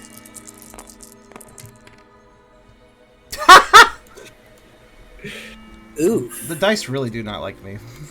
Cannot pin with beans. No, that was not No, pinning. no, That Tucker's was doing that was something something else. entirely. That was an insight, smarts, logic, instinct, primal roll, and I kind of just really hate that one failed. Honestly, damn. Can I lucky hat your roll? I'll allow it. Why not? So I can re-roll it. I mean, all the more reason for me to give you that ability at the end of downtime. Okay, I'll take it. But- Thanks. Also, thank you. But for now, with Ralph and Brooks' help, Pangoro has rise pinned to the ground on the floor, the first floor of the Pioneering Club. Florence is trying to keep everybody else back. He's doing his best to reassure them that it's just a friendly argument, nothing to be concerned about, nothing to say here. Fantastic. I feel as if I am actually cursed or something. Okay, you know what? What's the die pool? I'm rolling. Why don't you get rolling. clicker? You know what? Yeah. What DM rolls this one? Yeah, I'm gonna roll this The die one. pool What's is your Just get a different clicker. I think yours is broken. 10. 10 is the answer to that. I think I might have the worst luck. It's hard to say. I say, get a Or I different could. clicker. Somebody wanted me to use ram.org earlier. I could. I Okay, think it's just so- the roll itself is cursed. Well, hang on. Yeah. Let me try something else. This, you know, like I get like D&D should be you should work off your rolls, but like sometimes a roll just really like the story would work better if a roll would just cooperate a little bit. Okay, so anything higher than a 5, start separating the rolls. What? What do you mean by that? Separate them into chunks of 5, because that seems to give the best results. Should I try a reroll with 5 then? 5 and 5. Oh, because they don't roll so into they don't roll into each other, because Yeah. for whatever reason, it does weird things. Okay. Like, I don't mind rolling. You know the what? full- Sure. You know what? Sure. Let's do that because there is actually physicality. I guess technically speaking, if you were rolling a ton of dice physically, and in a small space, that would mess with things, wouldn't it? Like you kind of want Yes, them it to would. spread out and not run into each other a ton. So yeah, go ahead and do the reroll with a split up pool. 'cause Okay, I so had to test that again. All right. So We've 5 looked at that is before, 5. and it's. I think you're right. I It's- think you're right. I think splitting up the rolls into groups of 5 and then the difference. So like if you had 11, say do 5, 5, and 'Cause, 1. well, maybe. Look at Pangoro. Pangoro had nearly 20 dice, and he got 10 total successes, only because he rolled so many 6s. True, because otherwise the ones would have canceled out some stuff. Well, they still do. They cancel them. Okay. Well, that's fair. Yeah, sure. Okay, so in other words, I'll do 1, 2, 3, 4, 5. So they don't collide when there's 5 of them? Yeah, they don't. They're perfectly fine then. Yeah. 1, 2, 3, 4, 5. It's I already have. It's okay. That is the best Yeah. roll yet, and that's the saddest thing about that. I was going to let you keep the 6 successes, but I'm just going to say that your die roller is particularly mean. I could replace it if you guys think it's legitimately broken, but I don't think it is. Some days I think so. Like, if you're having bad rolls, go ahead and use actual dice or something else, because I can trust you, to be honest. Wait. Stop. Hold on a second. I don't have dice, but Eragon does. Hold on. I'm actually I curious. don't have that. I have 1d6. We'll be here all night. What? I have 1d6. I have a boatload of. No, you are not rolling a d6 10 fucking times. What? It doesn't take that long. Hold on a second. I have a buttload of D6. I'm going to order you dice, I swear. I even have Take the fucking D4s. Yahtzee.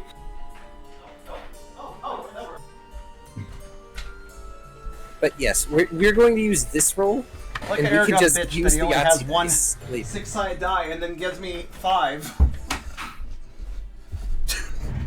So, we're going Alright. to use this roll for now, because thankfully, I just things want to are do this decent. out of my own curiosity.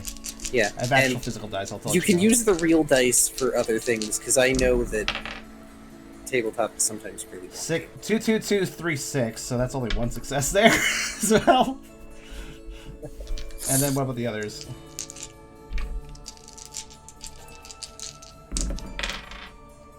I got 2.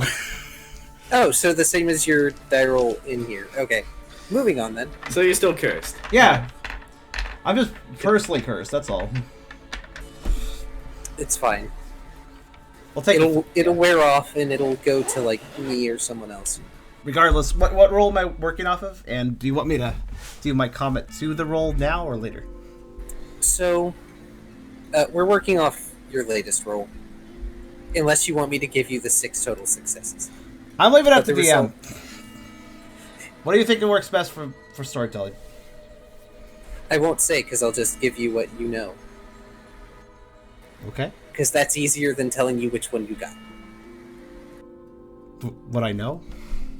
The only thing I know is I wish my dice would roll better.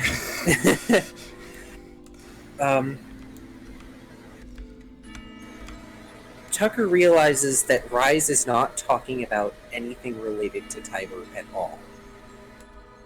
In fact, the venom with which Rise is responding, and the way he's responded to mentions of Tiber, indicates that he didn't have any intent on going after the Reorchestrated. So this fight is actually about something else.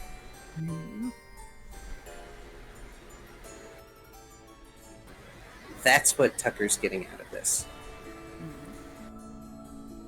Must be something big though, because Bangaro's like tackle him.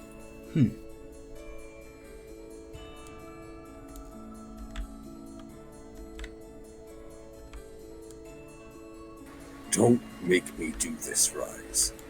I can put you on lockdown too. You know I can. You can't stop me. You know I can leave whenever I want. Stop being stubborn on this. You can't fix everyone's problems. That's our job.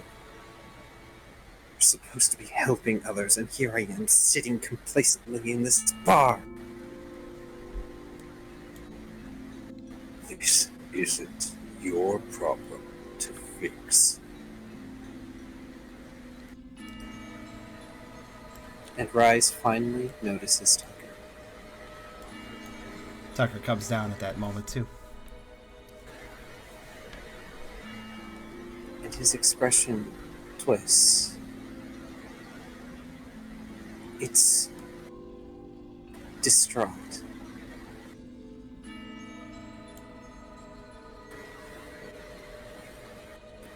A sense of sadness. Phil. Oh, I think I see what's happening here. Tucker looks shocked that Rise is acting this way, but as he gets that particular expression directed at him, he studies it.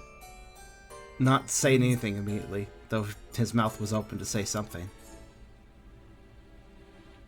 Yeah, I think I see where this is going.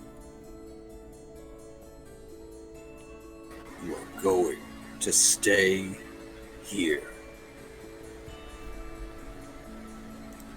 You're not going to go out there again.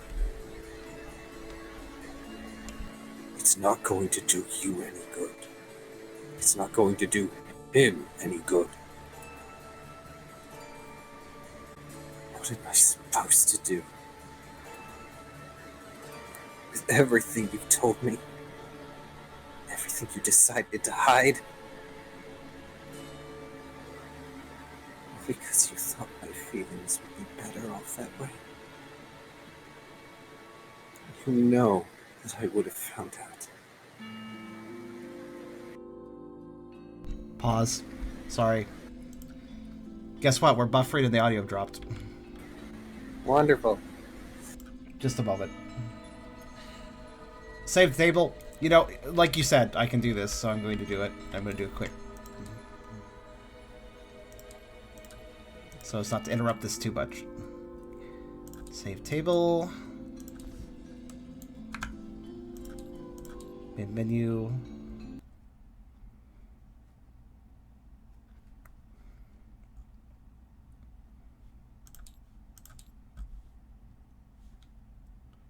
Okay. Go to bitrate. Just murder it real low. There we go. And just give me a moment, everyone. I need to study to see if it keeps dropping. Alright. I sometimes think that Twitch wants to ruin Pokerole.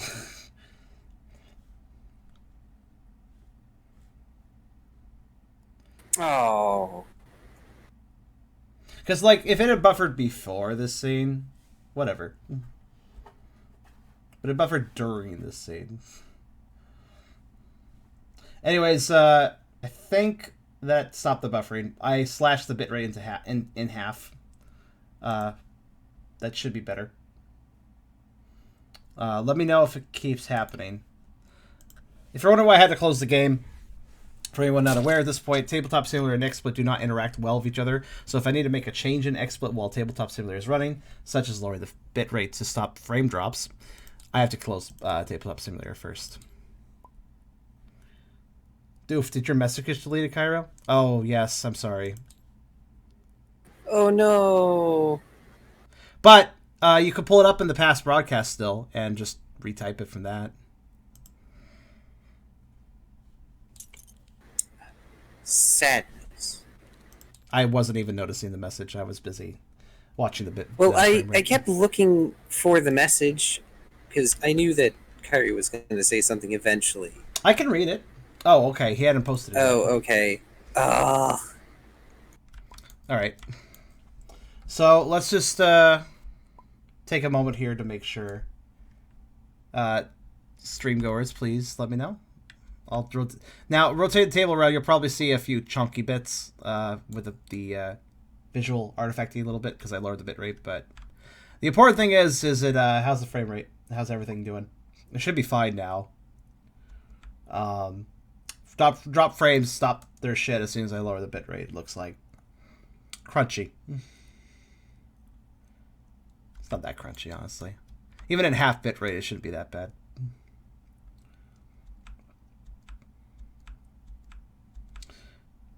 Especially for Pokerole. Alright. Okay, everything looks fine here. I'm not seeing the frames be dickish any further, so I think a little crunch. There's going to be a bit of crunch, but you know what? The crunch doesn't really matter. Let me just put the song back up, and we can continue. Or rather, rewind and then continue. I believe I know what's up. I apologize not giving you time for foresight, Kyrie. I did not think of that. Though, yeah, Notepad is still useful, I guess. Yeah. If you want to focus, if your focus is that you want to do your RPing and typing, I always suggest do not trust. Like even on a good day, I wouldn't trust the Tabletop Simulator chat since there's no way to restore a message from it. So, yeah, Notepad is better. All right, let's see. 24, I believe it was. Yes. Okay. I'm sure that the recording is going to be perfect, by the way. I don't know, but I would rather the broadcast be. I can check. I should check that. So what part do you guys miss again? I could check that later too. They heard me describing Rise's expression when he noticed Tucker, but that's when they got the buffer. Alright, then as Tucker goes down the stairs and as Rise pulls free, we can continue from that point then. Rise is not pulled free just yet. Okay.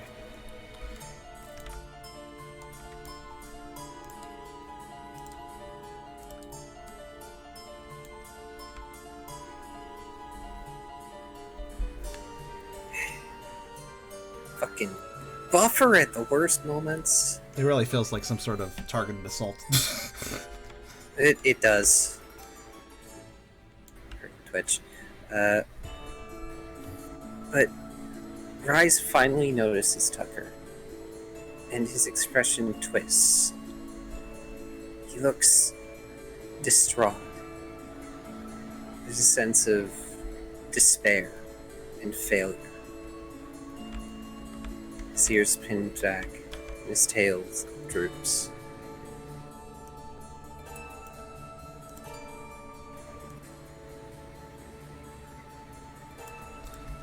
Tucker looks shocked at Rise's earlier expression and just confused, but as Rise looks at him with this different look, Tucker just starts to study it. His mouth open as if he was going to say something, but now just can't find anything to say. Going out there will do you no good. It's not going to do him any good either. Does Pangoro make any clue as to who him is? Pangoro, while it's hard to tell, does glance at Tucker for a moment.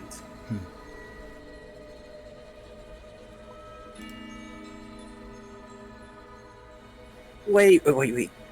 Just a minute. If this isn't about Riley, why the hell am I sitting on Rise? Burke demands, clearly annoyed at Pangoro, having caught on that Riley wasn't on Rise's mind.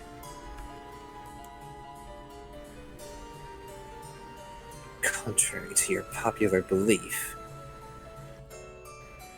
your friend isn't the center of everything that revolves. Rise growls. What am I supposed to do?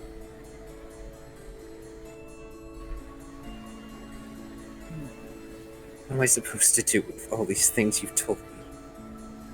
And the fact that you lied to me? To try and, what, spare my feelings? Tucker's ears droop at that comment. Rise closes his eyes.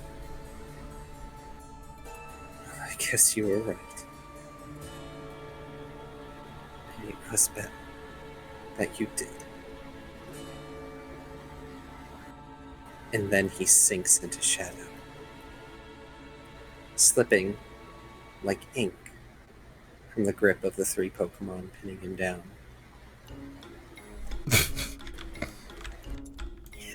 I'm sorry, And I forgot to loop the music, and the next song was stupid. oh yeah, the next song is Klutz. I'm so dumb. Alright, sorry about that. I mean, Klutz is appropriate for that very second for Pangoro, Brooke, and Ralph. Sorry. God damn it. I knew I forgot something. Are we back? We're good. I returned it to the proper song.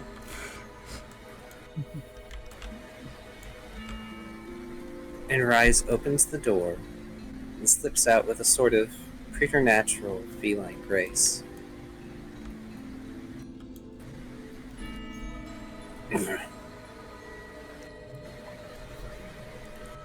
Figures Brooke sighs, rubbing his head. Before And Goro Rise punches the floor, growling. Go ahead. Before Rise completely leaves, Tucker does take a step forward and just says, "Rise!"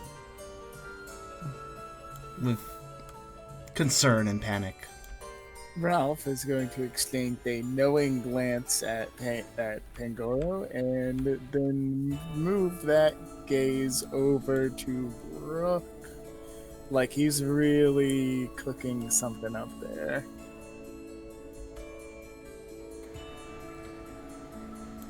Rise barely pauses at the plea.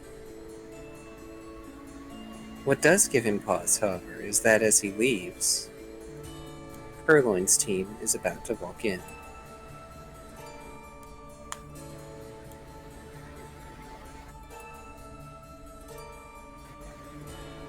But then he brushes past, saying nothing. What, really? No hello?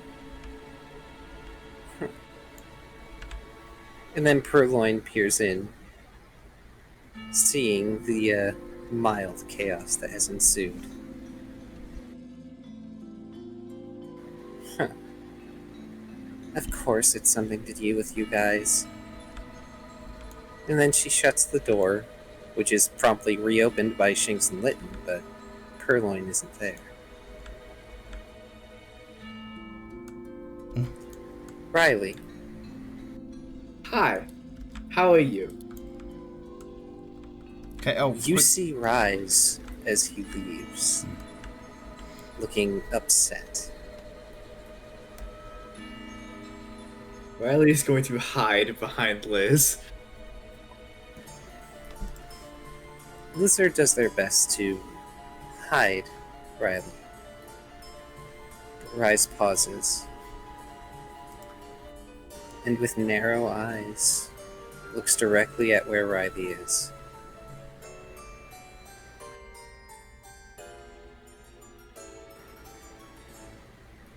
It's hard to tell what the cat is thinking. But this, too, seems to trigger something inside you. A memory for when you tried to ask for help.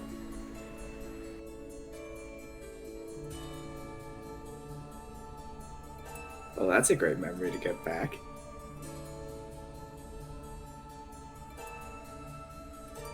For once, you think maybe there's something more to it.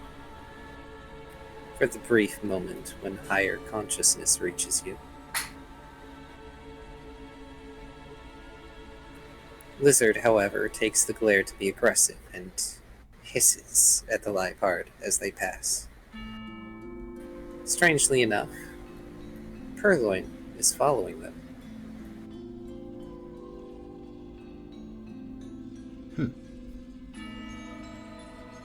Ugh, I'm an idiot, Rook grumbles, ignoring Purloin. I shouldn't have said anything. Oh. It's fine.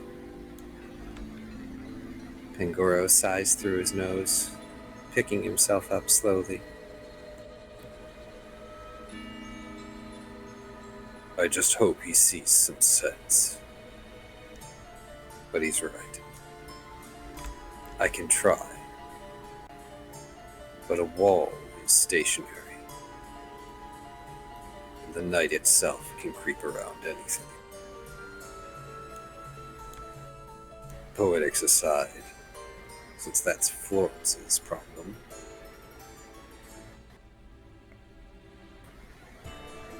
Now everyone knows.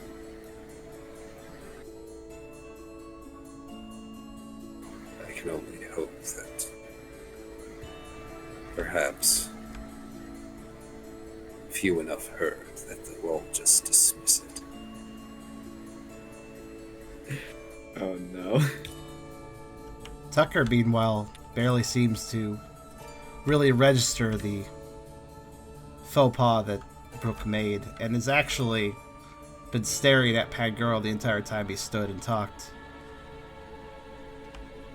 Tucker seems strangely a bit fearless of Pangoro as he asks, "What's Rice doing?" It seems like something in the pit of his stomach is hoping not to receive a particular answer.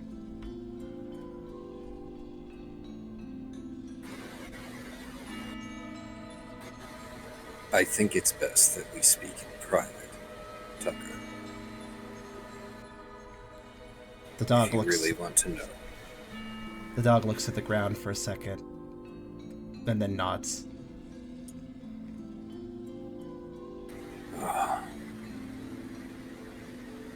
I'll need to thank Florence for helping contain the damage.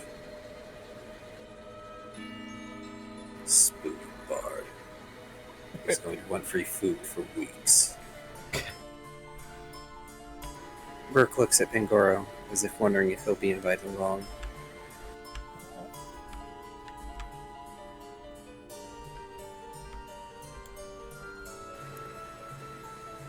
Ralph, Ralph seems like he was kind of waiting for something, like kind of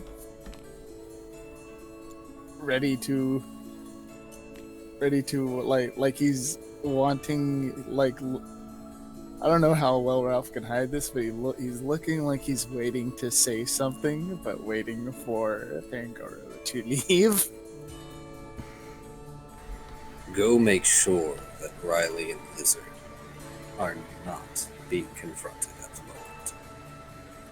Keep them as far from Rise and his abode as possible.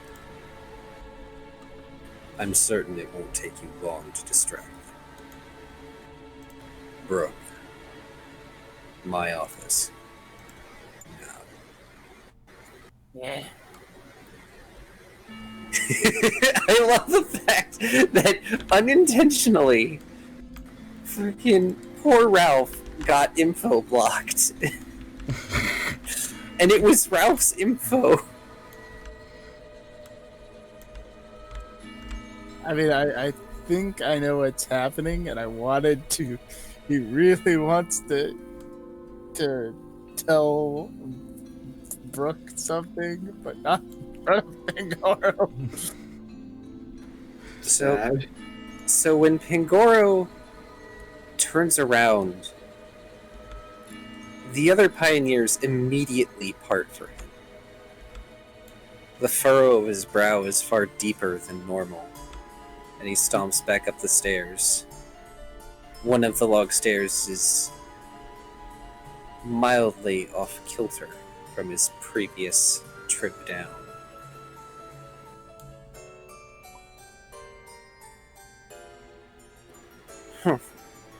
Burke snorts at the order and waves Ralph off. We'll meet up later.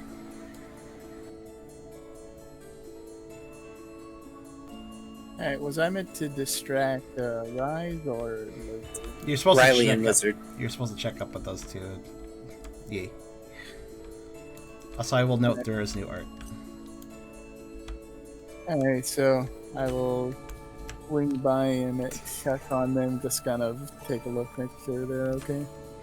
I mean, they're not far, are they? No. Alright, yeah. I think at this point, like, I like once this. Rise is far enough away, Riley will just be, like, curled up in a small, terrified ball. Aww. He'll kind of look at the two of them. I don't think I reached the target. Which way did he go, though? Lizard is cuddling Riley as best they can, but points in the direction of Rise's home, which, well, you don't see Rise, and you don't see Purloin. I'm going to, yeah, I'm not gonna wait for, confirmation. I'm going to head towards Riley's home, not sprinting, but walking with a purpose, like... Damn, I have a home now, nice. Not Riley's home. Rise's. Heading towards Rise's house. Walking in stride, like walking with a purpose. We're gonna knock, knock, knock on the door when we get there. Sorry, moving people to be more on the board. Yeah. The door is locked. Unusual, considering, usually you can just get into this house. We might We'll try calling out. Okay. Hey, Bryce. I think I know what you're gonna do, and I don't think you should go by yourself.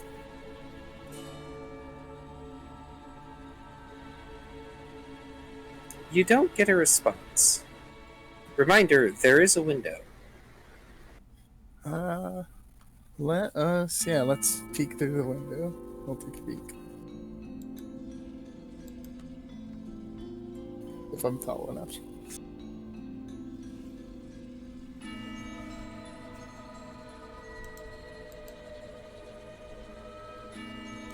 So, well, no, you don't need any sort of check for this one. You see Rise and Purloin inside.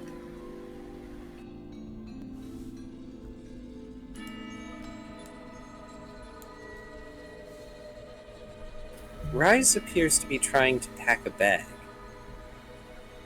The kind that you have. They appear to be having some sort of conversation.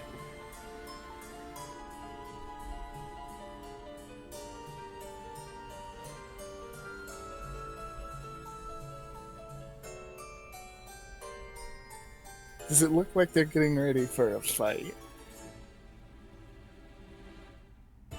Like, are they packing like healing items and stuff like that? Rise is, at the very least, he's packing ordinaries.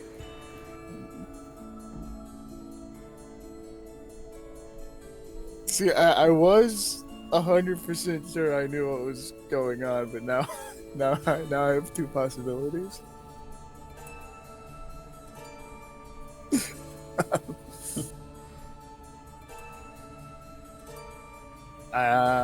I think I'll just wait.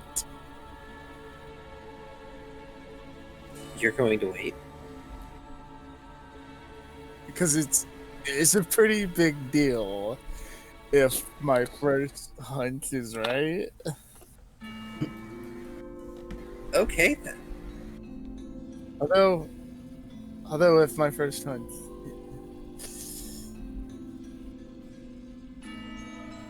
We're gonna knock again. We're gonna try knocking again. I'm Hufflepuff, I knock. that meme, I just thought of the meme. Gosh. How each of the teams gets past the locked door. Gryffindor, break it down. Ravenclaw, find the key. Slytherin, pick the lock. Hufflepuff, knock. So you knock, and if you look in the window again, both Purloin and Rise look at the door. Purloin with annoyance, and Rise... Their expression is difficult to read. You're starting to get the distinct feeling that they may not be inclined to answer. And then Rise looks directly at you.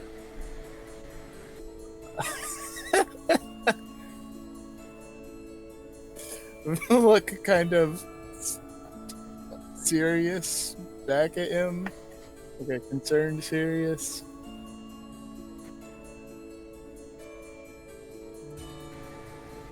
Rise then looks at Purloin and says something.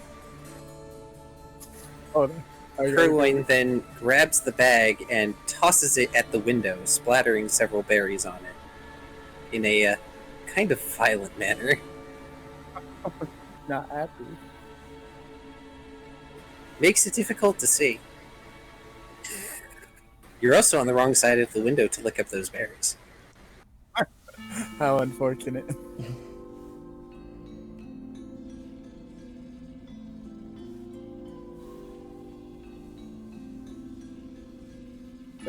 He probably just told her to do that. Maybe, maybe not. Or block the window. He just goes, yeet!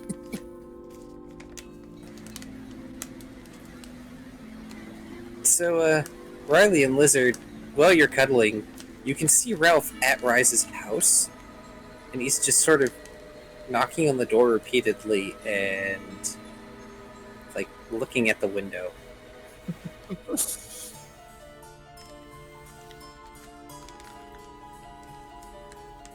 Well, I don't think I'm gonna go interrupt his business. I don't think I want to go over there in general, to be honest. We're just gonna sit down and wait outside the door,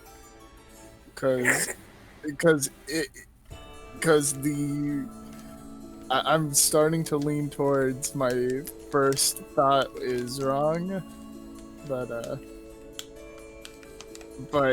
it's a big enough deal that it's worth waiting just to make sure.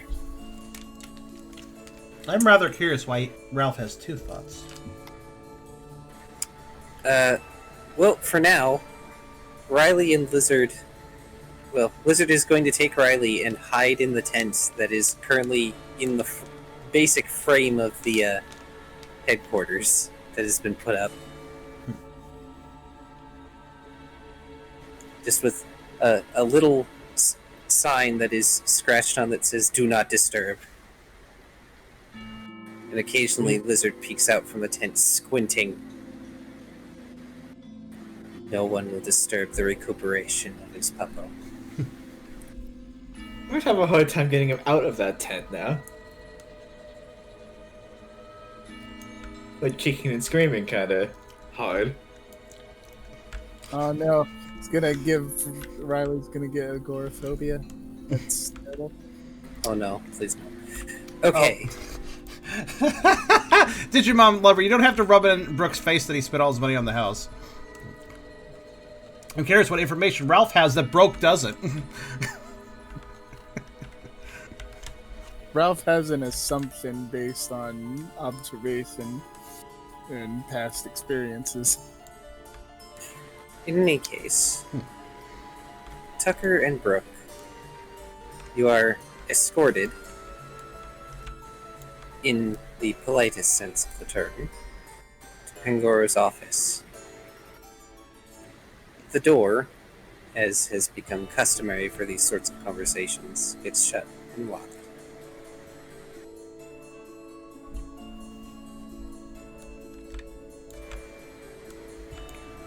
So you want an answer. You want to know where Rise is going. See if I'm right. Big money, no whammies. Tucker nods with a vulnerable expression on his face.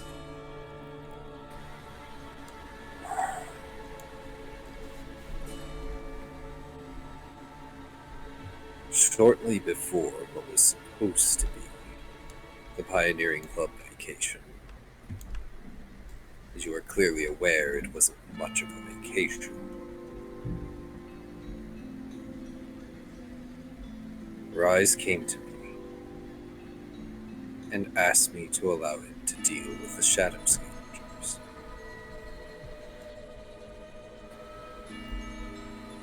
The big Ursine's gaze seems to encompass both Team Cheer members present. There's something akin to disapproval and sympathy. Tucker's ears droop as that name's brought up. I am made aware that both of you are privy to what has happened. Considering that Rise is particularly fond of your group. The way he says it, you can tell he doesn't necessarily mean the group as a whole, despite the fact that Rise has been generally pleasant with all of you.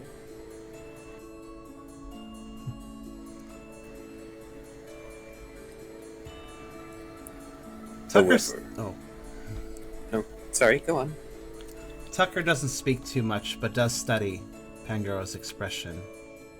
Wondering... The dog seems to be wondering how much he knows. As he only told 2 people. However, in light of the information Rise was so kind to bring up, when I was telling him about Riley and Tyler, I can see why he has projected his own desire to fix things upon me. He thinks that by dealing with those vagabonds, he fixes the problem. That he makes everything better. It's a temporary solution at best. The scavengers are removed, and a worse problem takes their place. What was done was reprehensible. But I warned your team right from the beginning to run.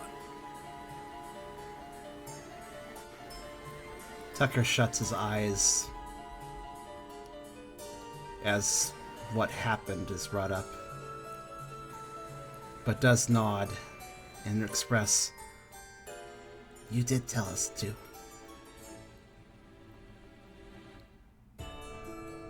And I'm going to pause so Kyrio can respond.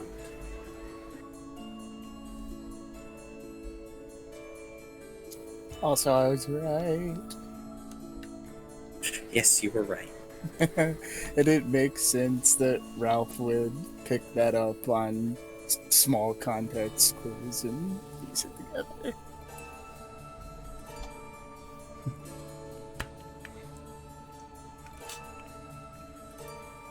The question is, what's he gonna do?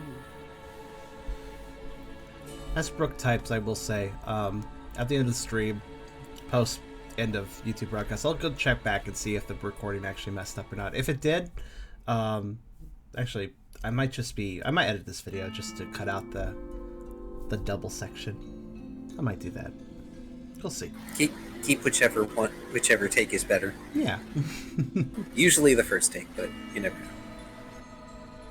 It's just a casual fade. Just a little casual fade cut would be easy enough.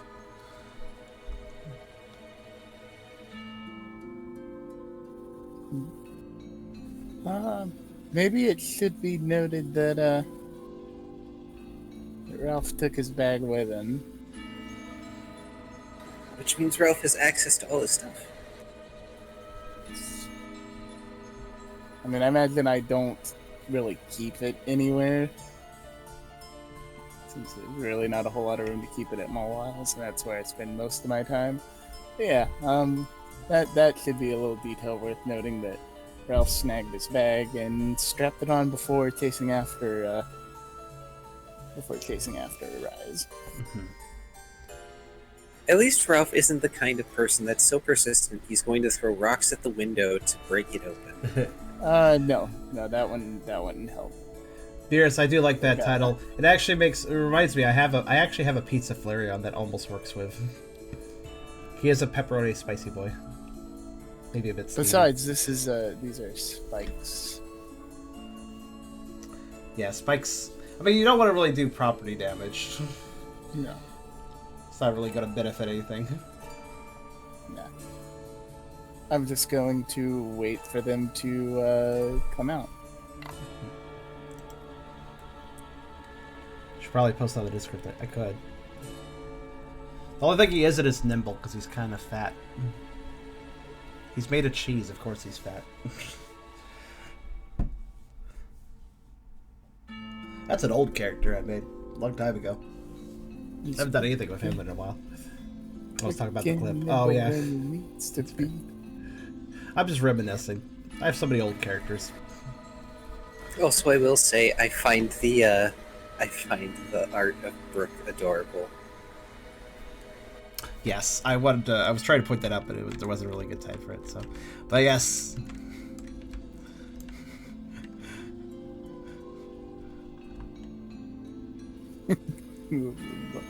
Also, I appreciate you on the laptop too, Car.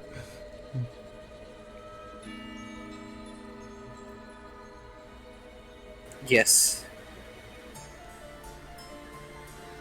I still think the adorable Roomba with Croconaut is amazing. Roombas are kind of cute, in my opinion. Right up until you tape a knife to them. Put googly eyes on them and program them to swear every time they hit something. It's fucking hilarious. Look, how else would you have a robotic jousting contest?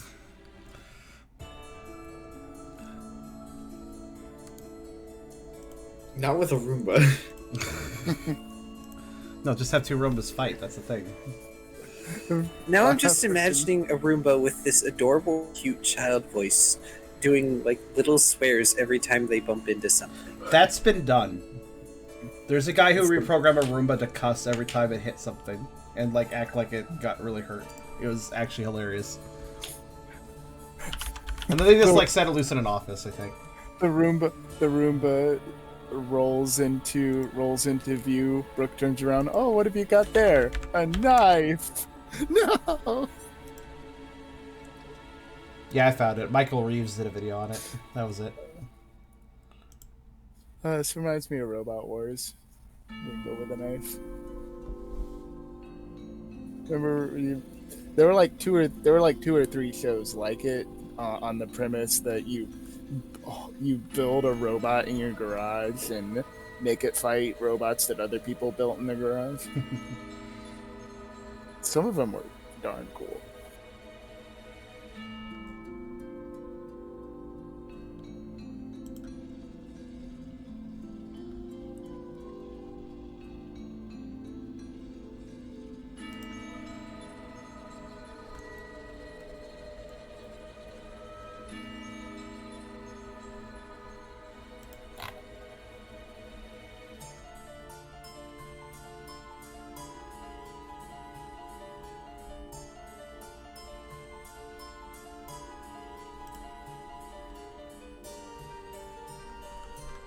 There we go.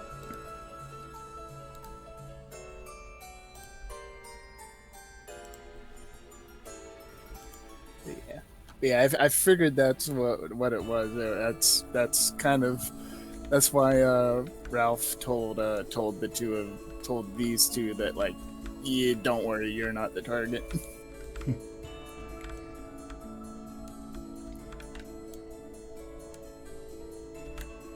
So it does seem that Pangoro is rather fully aware of what happened to Tucker too, making a third person aware now. It's clear that Tucker is not terribly comfortable with that, but isn't really super concerned at the same time about that particular detail. Given Tucker's reaction, like when he was like yelling at Riley for interfering, I feel like Ralph has a pretty good idea, and the other team members probably have the general gist of it. Just based on his reactions and having been on the adventure with Tucker, observing how afraid Tucker suddenly becomes of them all and such. Ralph saw firsthand what the results of the aftermath was fully aware to Ralph, yeah. Even if the event is still a mystery.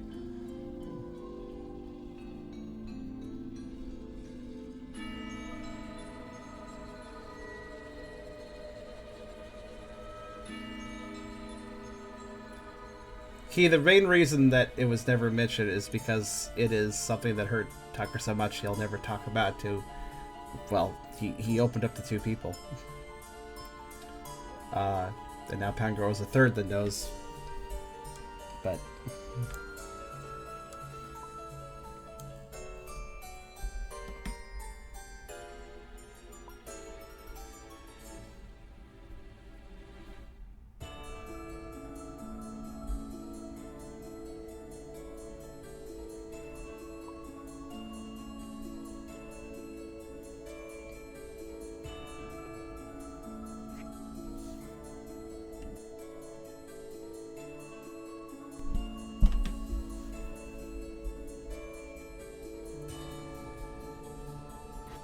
Okay. Half of us ran, half of us didn't, Brooke says solemnly. I consider it one of my greatest failures as a leader. Well, something about Riley at the time probably wouldn't have allowed him to win, even if he wanted. Tucker would never abandon anyone in need, let alone a teammate. Whatever the circumstance, it happened. If it were up to me, I'd be hard-pressed not to argue against Rise's intentions. But it's not. And maybe that's for the best.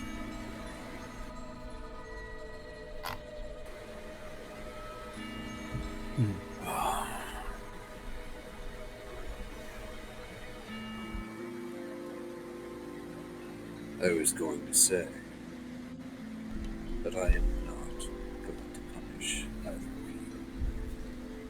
you. Hey, Car?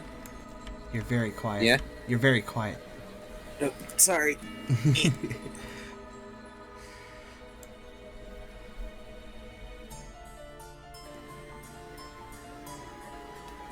Oh, Well, strike the knot. I'd be hard-pressed to argue against Rise's intentions.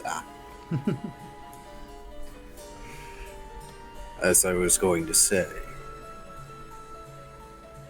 I'm not going to punish either of you. Too much damage has already been done for that sort of contrivance.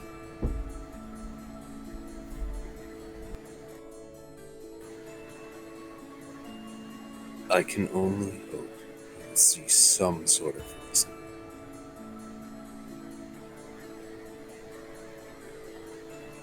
And I'm...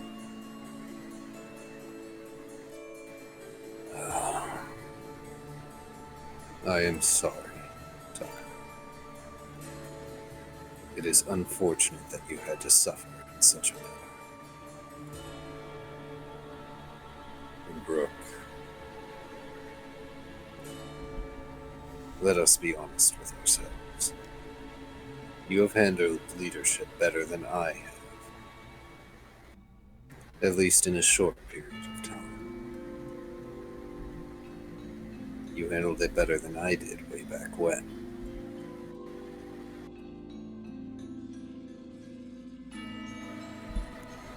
Sometimes you simply cannot control what your teammates will do. Ooh, that good foreshadowing. And you simply have to do your best with what happens.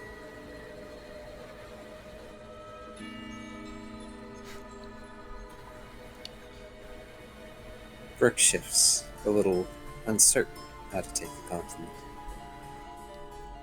Tucker. That's See, sorry. thank you, reviewer Ralph, for the interjections lately. Tucker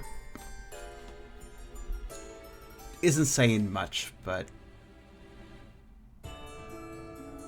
he seems to look a bit guilty about how things turned out. But at the same time, most certainly understands why he deserves no punishment.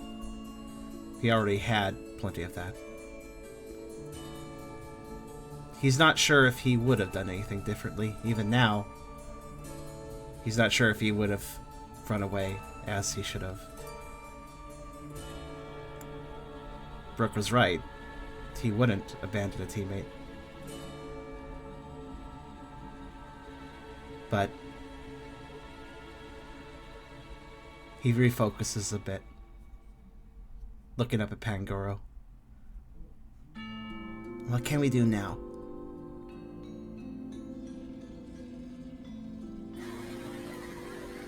For now, we can take solace in the fact that Rise is currently processing the fact that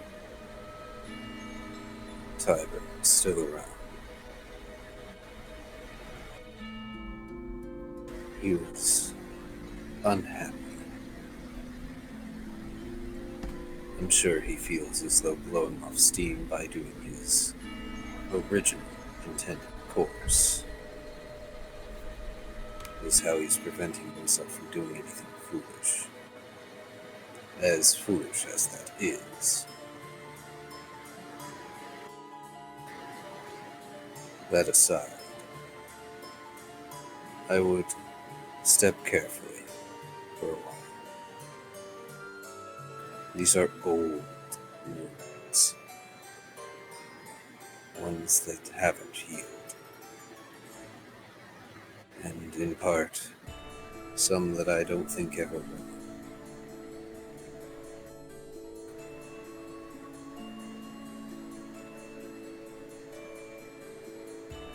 For now, let's hope that Riley is left in peace to recover. The Festival of the Plates is coming soon, and I'm hoping that is enough of a distraction that the townsfolk will simply forget what has happened here today. But part of the reason I don't want Rise doing what he intends to do, Tucker, is because it is not his fight. It's yours.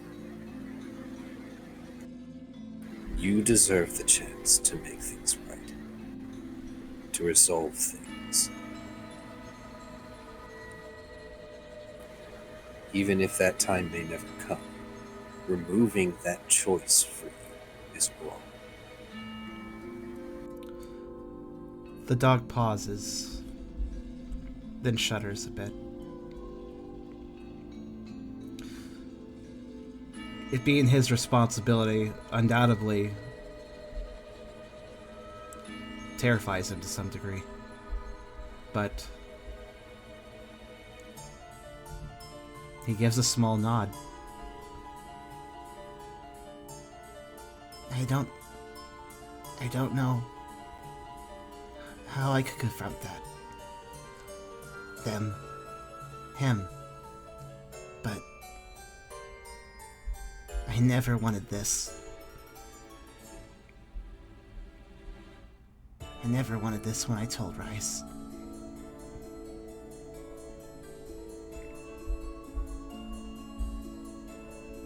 And it's true that it's clear that his words are genuine.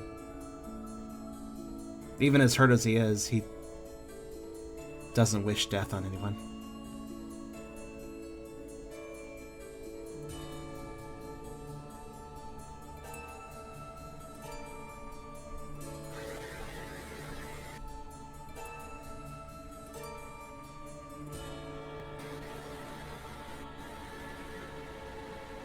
I understand. You needed someone to speak to. And I know back then that you were very close to Rise and a few others. It wasn't hard to see, so don't be surprised that I was able to grasp that. But I can also understand why Rise would allow himself to open up to you.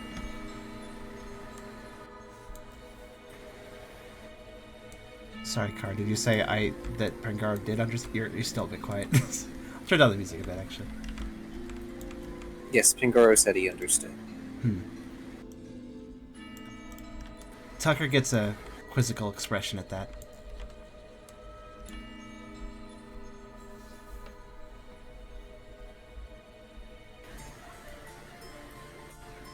Rise is a good soul,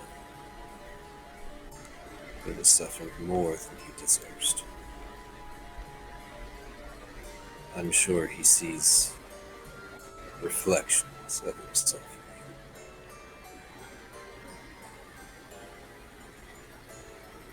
you. It seems to make the dog think a bit. But that doesn't change the fact that if he does go out there and do what he intends to, it is the wrong decision. It is not going to make him feel better, and it is not going to bring him closure. No. Tucker kind of expresses quietly. That doesn't help me at all.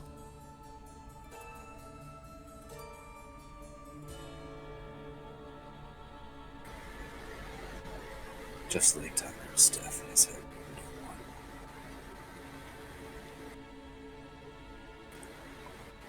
Yes, it brought us peace. But the one that needed things resolved properly the most has suffered for it for a lifetime.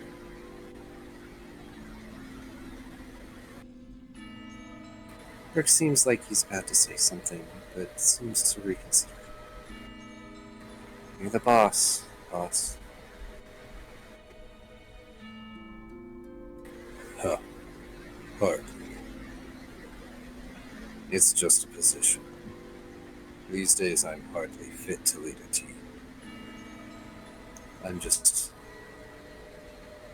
running a building with a bunch of actually exceptional Pokemon in it. He smiles wryly. A couple of people in chat expressed that you should speak up a little more. Sorry. And Goro chuckles and shakes his head. Hardly. I'm barely fit to be leader of a team anymore. I just run a building with a bunch of exceptional Pokemon in it. Take care around whom you mention. That Riley and Tyler are connected. Not every pioneer was around back then, or knows. But it is better that the information not spread. Those that do remember are unlikely to have fond memories of that final time. For now, you're dismissed. I doubt there's anything that can be done at this point. But you wanted an answer. And you have it. And what was that, your response? So, Ralph? Alright, so in that time, is our intrepid party leaving for their quest? Actually, I would like to interject one little thing from Tucker. Tucker would flatten his ears as Pangoro finishes that statement about how there's something that could be done, but that they wanted an answer. Tucker folds his ears, but does nod, nonetheless showing appreciation for the answer. Okay, that's all. Go ahead, Ralph. In the time of that little interview, is the father-daughter duo ready to set out?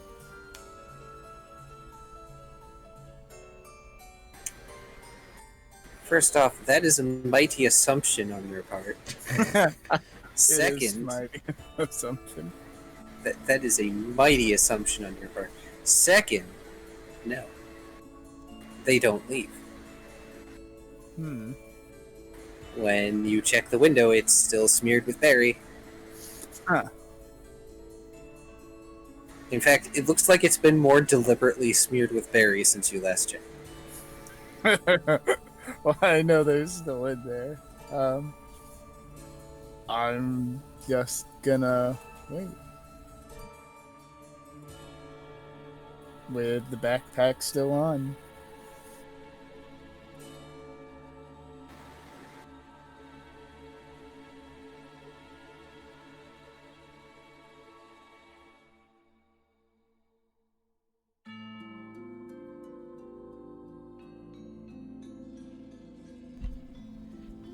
Yeah, I was thinking the So- same thing.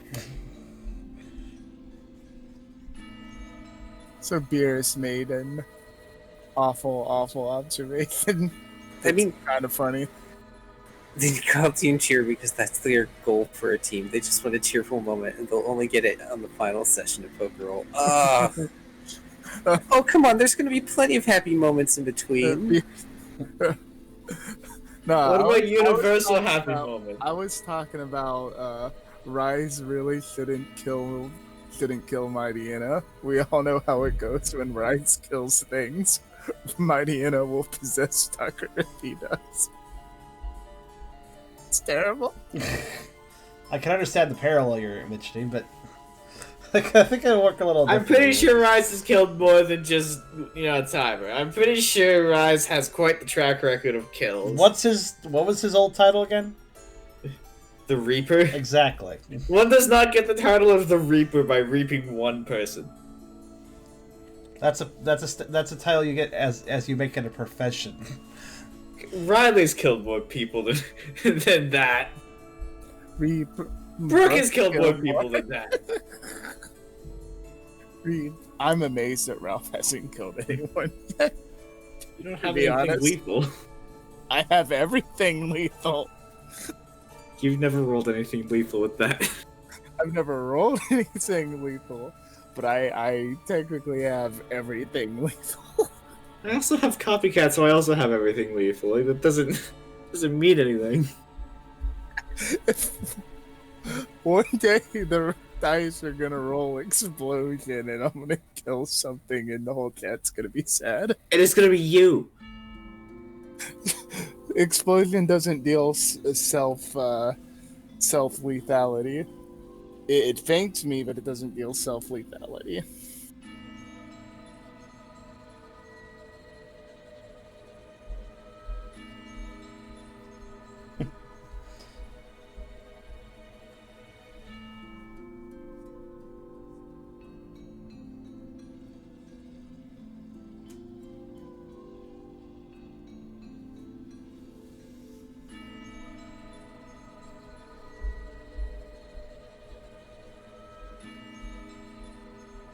So basically, Rice's known kills have a 100% chance. I mean, Mifi, you're right. I don't know if Tucker did the killing blow on anything in the hunt. I can't remember. But he definitely hunted.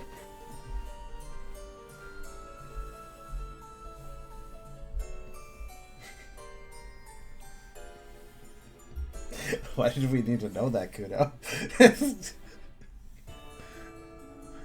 What a weird way of saying it. Tucker killed the evil deer thing. Well, that thing was kind of a zombie, I'd say, so I don't know if that counts as a kill proper. If that counts, then Riley has 2 kills from that pit alone. In fact, I think the lack of proper living was the reason Tucker could do it. There's 2 circumstances where he could do it. Taking out something that's already corrupted and dead, that should really be put down, or doing a proper hunt against feral Pokemon, which is also something that he's okay with doing.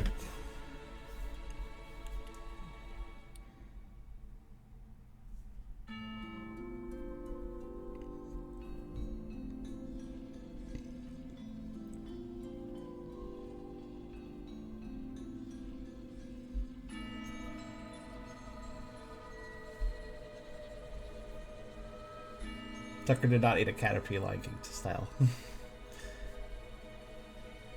At least not yet. Slimy yet satisfying. That'd be a big slimy too. Big slimy. I mean, the Caterpie's about a foot. I don't think Caterpie are slimy. They never look slimy. I guess not. I guess a Weedle would be more slimy than a I don't think Caterpie. a Gooby would be slimy, but Not really.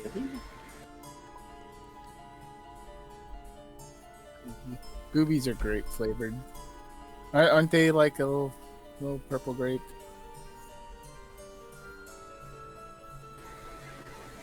I recognize your experience and my own lack. Brooke says more as a fact than a compliment.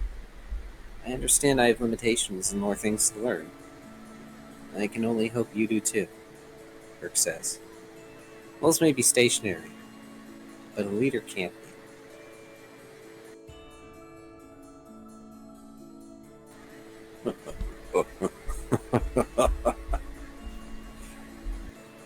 And here I am supposed to be giving inspiration to you.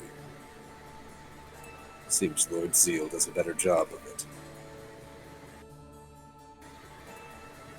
Off with you.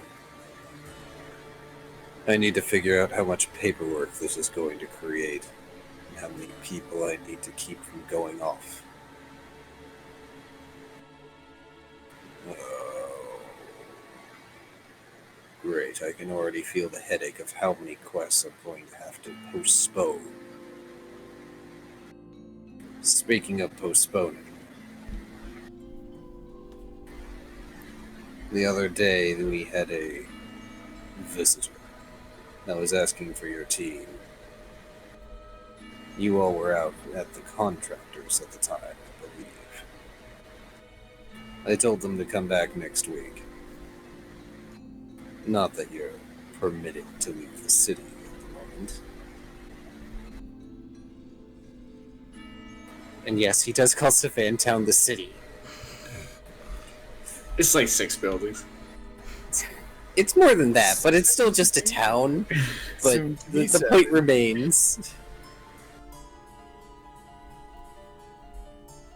Interestingly, though somewhat subtly, Tucker kind of looks away at that particular comment about how they're locked down.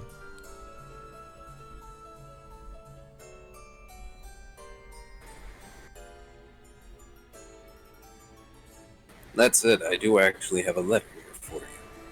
It's for Tucker in particular, if you feel like reading it. He Oh, pulls God, it's a from letter. Yes, actually.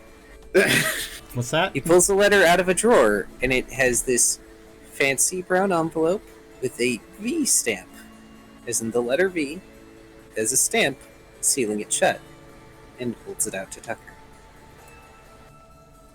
That does perk his interest. He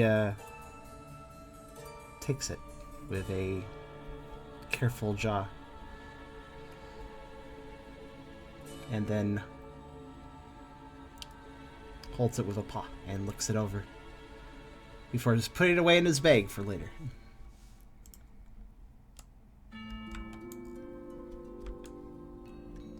It's not terribly fast to open a letter with paws.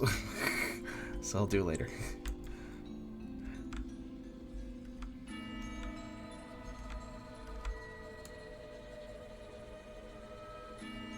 What should be a pink slip? What? Oh, you've been fired. Didn't show up to work. Brooke eyes the envelope. Letters and visitors? You're getting popular. Brooke grins. Yes, and I can't tell if that's a good thing or a bad thing.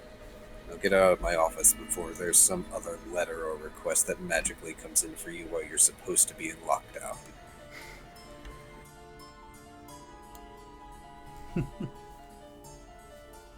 Oh, wait. Go pick up your whatever it is you have at the spa.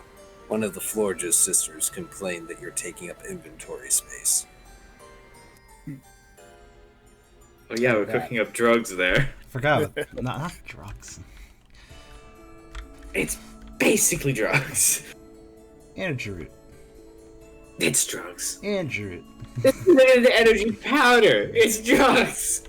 Well, it's root salve. Energy drugs. It's different. Drugs don't give you energy usually. Well, I mean, okay, some of them do, but like in a way that fuck you up later. Cocaine. I don't think energy right. root's supposed to fuck you up though. Oh, right, Brooke says. I forgot about that since we're not going out so much anymore. Pangoro, again, wry smile, but this time he extends his arms with his hands down and makes a shooing motion at the both of you. It appears as though Pangoro wants you out of his office. Taking over valuable office space. As you leave, it looks like he's grabbing a pillow, and then he brings it to his face. There's muffled screaming.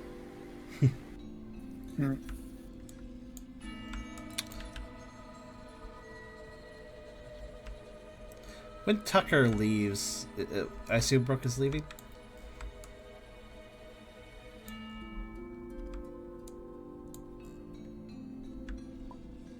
Yeah, okay. When Tucker leaves with Brooke, He raises a paw to give Brooke pause for a second, basically saying hold on with that motion.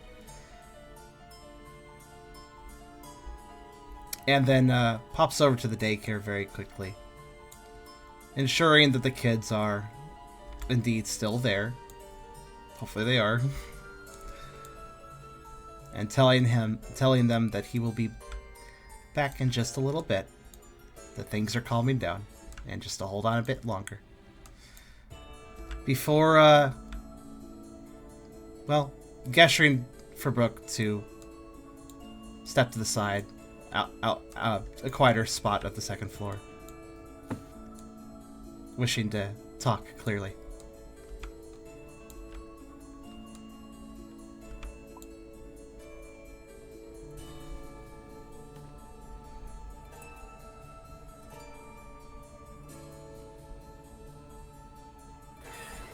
Brooke closes the door and nods.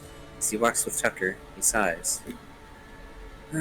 Well, that went about as poorly as it possibly could have. Tucker merely nods at first, seeming like he's thinking about what he wants to say precisely, before presenting a question to Brooke.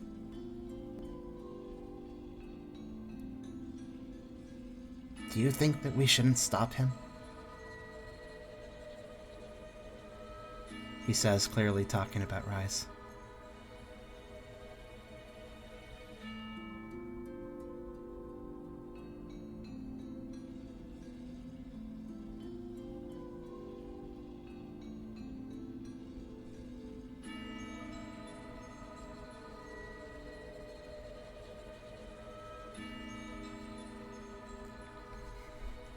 Sorry to put you on the writing spot more, but...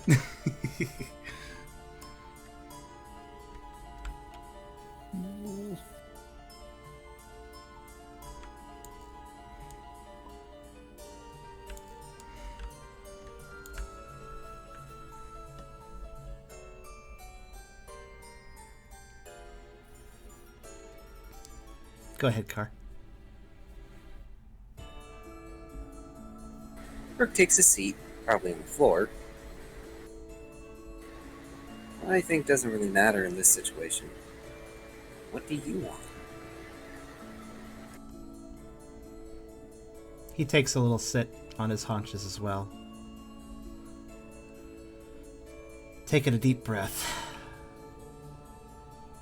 And closing his eyes for a moment before refocusing them on Brooke. I'm scared. I don't want to get involved. But I don't want Rice doing this either. I know that we're supposed to be staying, but... He looks a little guilty for directly disobeying an order, but still resolutely continues. I don't want Rice doing this. If he's doing this for me or himself, I'm still involved. And as much as I hurt because of what happened... A few tears well up in his eyes as he pauses. I don't want anyone to die. Not for my sake, especially.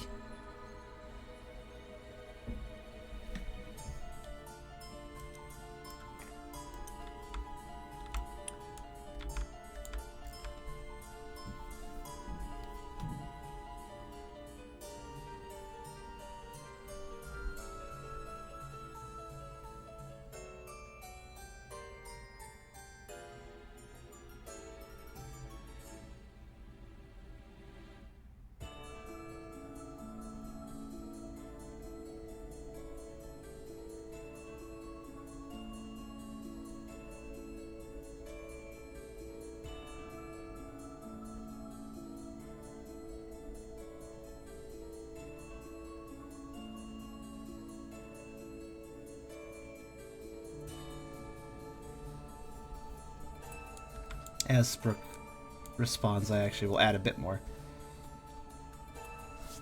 Tucker's face does briefly twist into a similar hatred that even Rise expressed. I hate that Hyena. But I don't want him to die. I'm better than that. And Rise is better than that.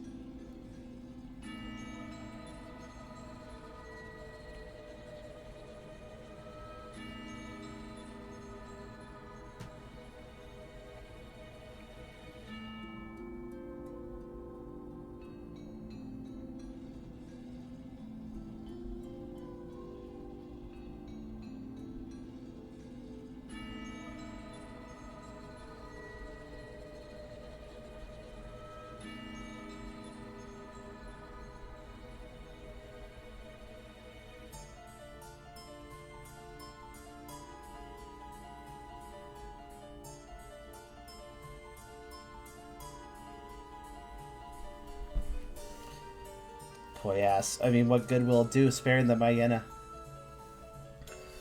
I don't think Tucker wants the Hyena spared. In the sense of letting him go scot-free. Nah. But death isn't the proper answer. At least not to Tucker's mind.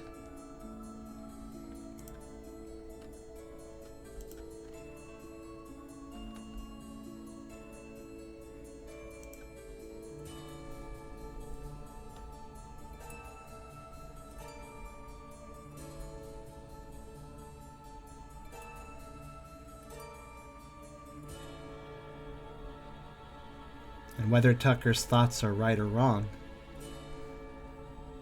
whether it be a matter of opinion or what some feel as fact, nonetheless, Brooke asked him, what does he want? And that's what he wants.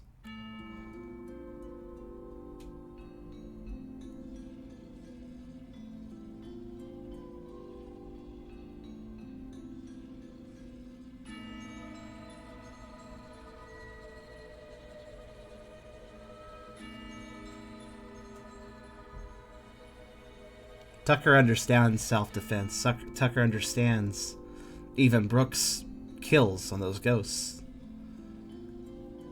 It was a fight, and things happened, and to him, that's understandable. But Rise isn't going for a fight. He's going for a murder.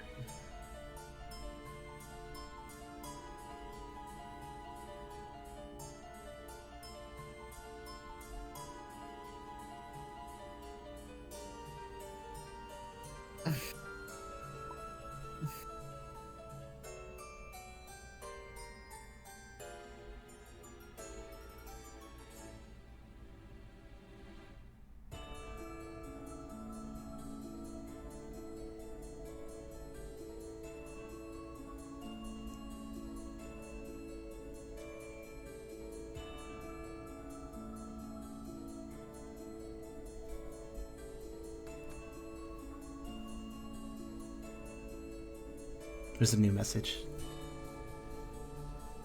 Brooke rubs Tucker's head. Rise is really strong. Probably stronger than we even think he is. He's probably going to do what he wants no matter what we hit him with. He pauses and smiles. So, we'll have to get him to want what you want. Tucker has a bit of hopefulness return to his eyes as the Crocodile expresses this. You'll help me?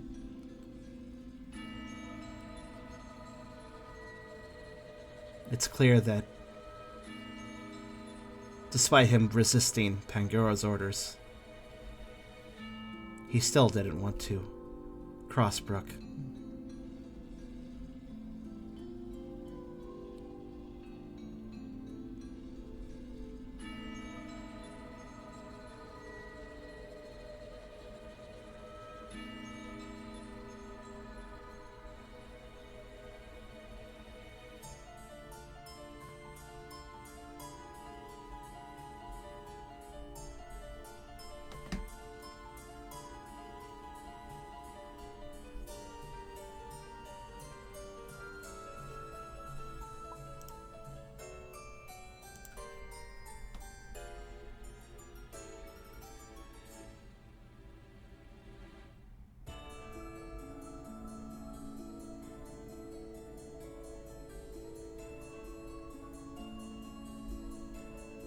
Yo, stand-in VA. We gotta. I know. This will be up to you, mostly. I'm more water gun, ice fang than heart-to-heart stuff. He grins, lightly showing off his pearly whites. But I'll be behind you, every step.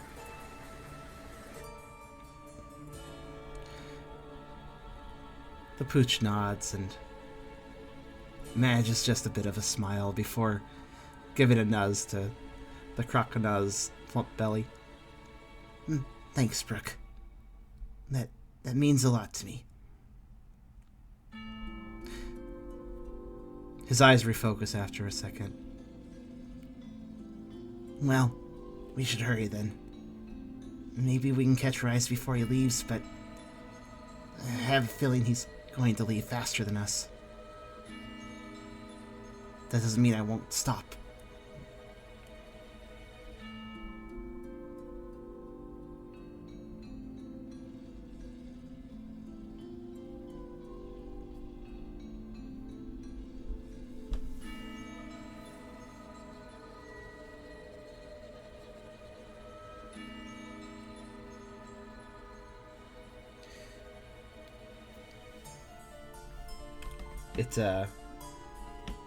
It's clear that Tucker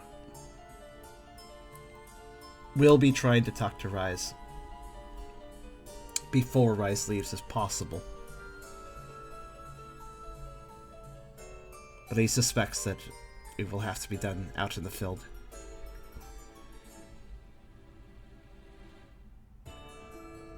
The dog's kind of aware he may have wasted some of his time talking to Pangoro.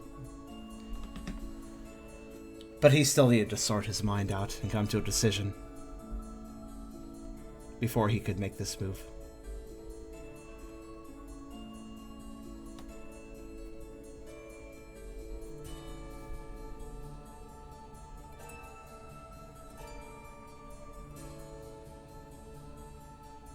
Brooke nods and stands.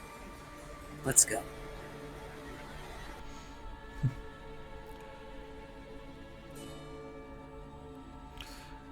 Only question is, what about the kids? Think of the children.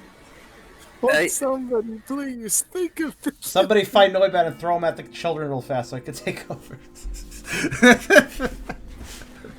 Well, that being there may said, have- maybe Tucker's just having faith that they can self-regulate for today. Well, that being said, you aren't quite aware of it, but Florence may or may not have threatened to look after the children once he realized Tucker was there, and then suddenly there were volunteers. Good. It's not that Florence is bad, it's that Florence is a bad influence.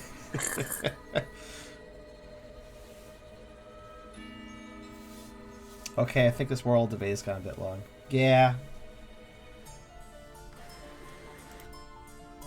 I'll just But, throw yeah, just to throw my own moral opinion into the ring as far as like this goes. I don't personally like the death penalty in any situation. I think that bad thing people do exist, but I don't think killing is a good option, personally. I hope that we can end the debate there. Imprisonment, sure, but I'm sort of a pacifist, sort of. problem is, in this world, that sort of punishment isn't always possible. True. There are situations where there isn't a choice. Guys may or may not have earned their title by making the hard choices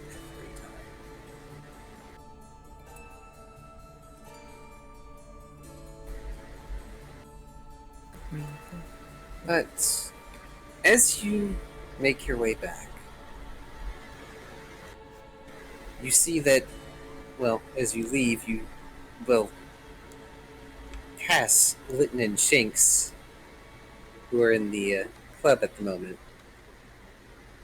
But when you leave, you see that Lizard is peeking out of the tent that is in the framework of your HQ as it is being built. The framework itself is nice, at least. Yay. And you see Ralph sitting outside the door to Rise's house with his backpack on. That is indeed where Tucker would go first. Rise's house, that is. Tucker more or less just goes right for Rise's house, though if Brooke wishes to wrangle the others, well, he leaves it up to the leader. It's fine if that's what Brooke wants to do. Ralph, you were approached by a Tucker. Gonna keep my eyes on the door, but acknowledge him. As he approaches, he'll comment, Rice hasn't left yet. He won't answer the door when I'm knocking, but I'm not gonna let him leave without me. Tucker nods to Ralph's information, clearly a bit grateful for it, but then looks at the window that Ralph is near and notices how obscured it is. He gives Ralph a not aggressive, but rather pointed look. Are you sure they haven't left? Yeah, they smeared it more than before. He kind of... Oop. You sure this is the only way out? Or guess? He looks over to Lizard and beckons him over. Lizard squints, but slowly comes out, holding Riley close. Slowly makes their way over, squinting at the house. I mean, I suppose I could order Sleuth to see Oh. see if I can still smell him in there. Tucker gets a thought. Looking to Riley for a moment before walking over to Lizard and just sort of gently tapping Riley's foot to get his attention.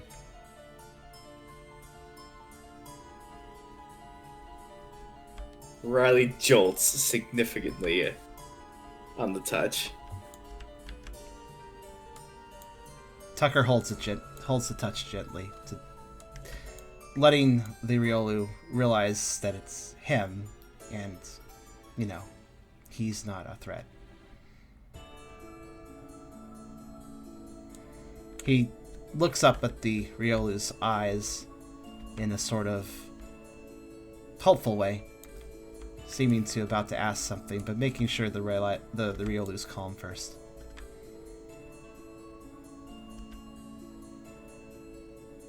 Quick question: have you ever seen the 7-second video of Nelly the Calm Owl? What? No. I'll take that as a no. Well, imagine him having saucer eyes. That's basically how he's looking right now. What's he looking at? He's looking at you, but he's staring more kind of blankly.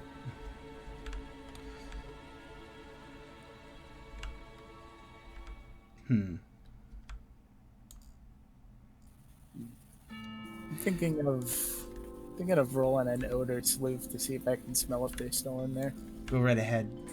What? Tucker will attempt to pose a question. I wonder if this should actually be an empathy roll, though, since Riley is really tense. I mean, you can. Okay.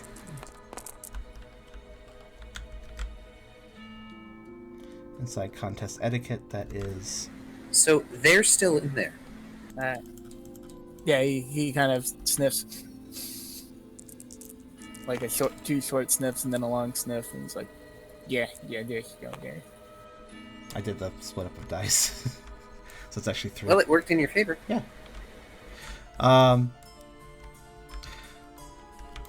Tucker simply tries to calm the Riolu with his gaze, understanding at this point why Riley's so tense, and perhaps wanting to check to make sure that nothing happened to Riley, because Rise obviously had to pass by, at least somewhat, and, well, Ultimately, the empathy is aimed to try to soothe Riley's instincts, I suppose. Is that what he's feeling? That tenseness, that fear? Rise might be doing something rash. Riley should be safe. Don't worry. But we're going to try and calm him down, Burke explains to Lizard as Tucker's interacting with Riley. If we end up leaving town, don't tell Pangoro. He's clearly assuming Lizard is going to continue to lay out. Mm-hmm. Lizard nods, and then squints back at the house, and hugs Riley a little bit more.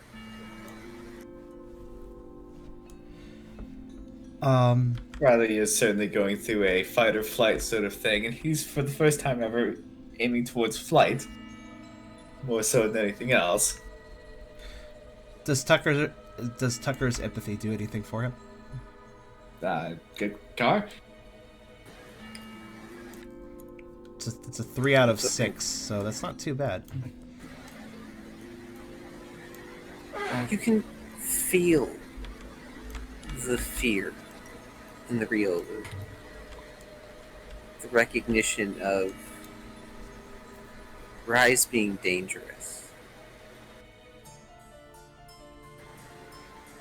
That sort of instinctual fear to flee, to stay away.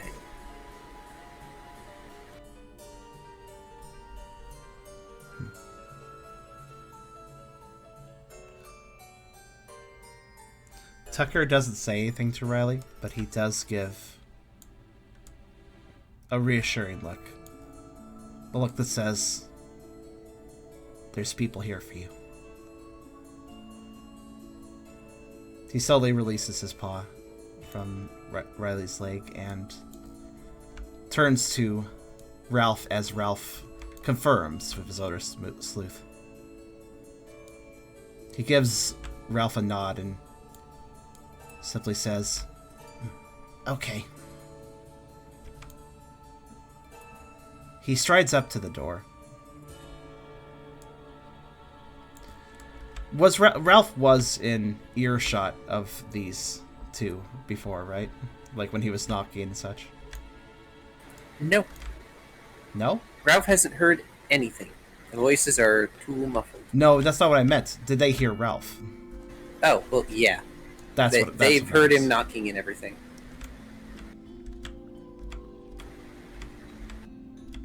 Okay.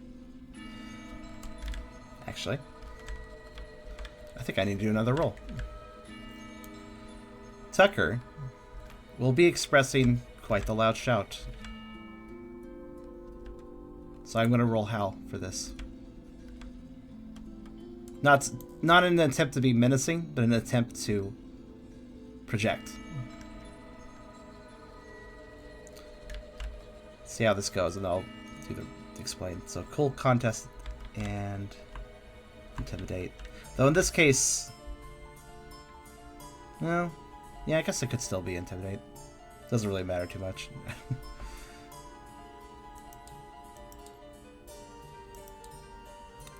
But for me, this is just cool and contest because there's no intimidate. Well. Look at that, small dice pool, big number. Your voice carries. It definitely carries. So, what are you saying? Tucker simply expresses in this loud shout, Rise! I need to talk to you. Now.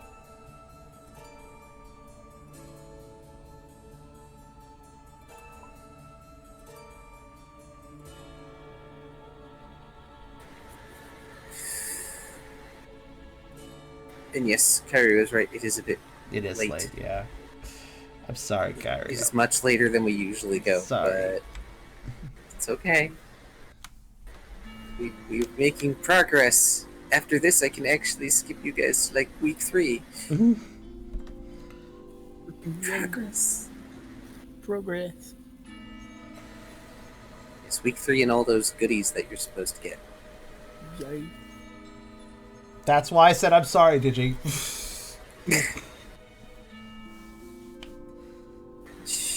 Anyway, there's quiet.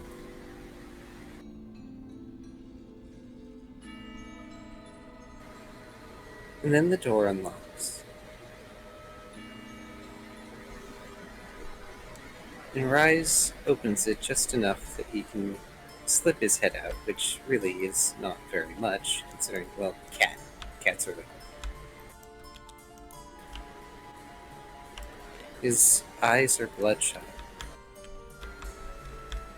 He looks as though he's been crying a great deal.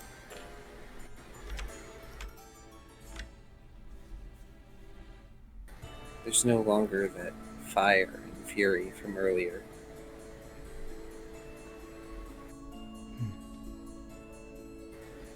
When he looks at you, Tucker, you can see that pain in his eyes.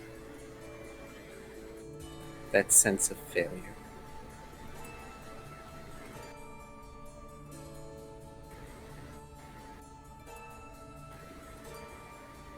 I'm sorry, Tucker. I can't teach you today. Not a good time. You see? What's that last line? Not a good time. You see? Ah, you see. Okay.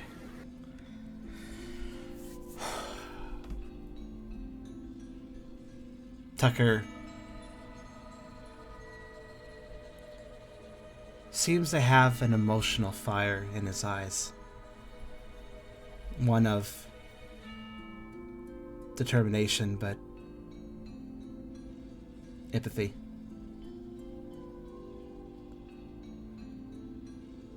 He lets the cat talk and then softly shakes his head. There isn't a right time for this. We still need to talk.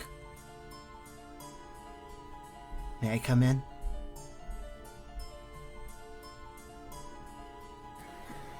Rise glances back inside.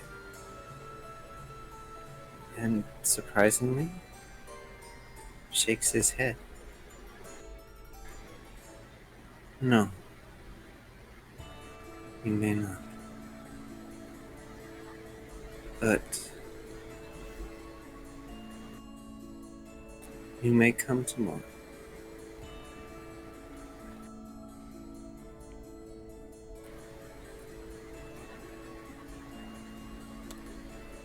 After all, I'm not going anywhere. Just like the rest of you. His shoulders sag. At least what little of them you can see. He looks defeated.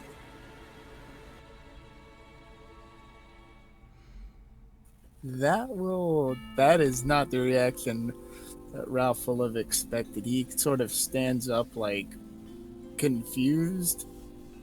Wait. Ralph! I Tucker interrupts, putting his tail directly in Ralph's way. He gives Ralph a very stern look. And he shakes will his head. obey and halt his objection.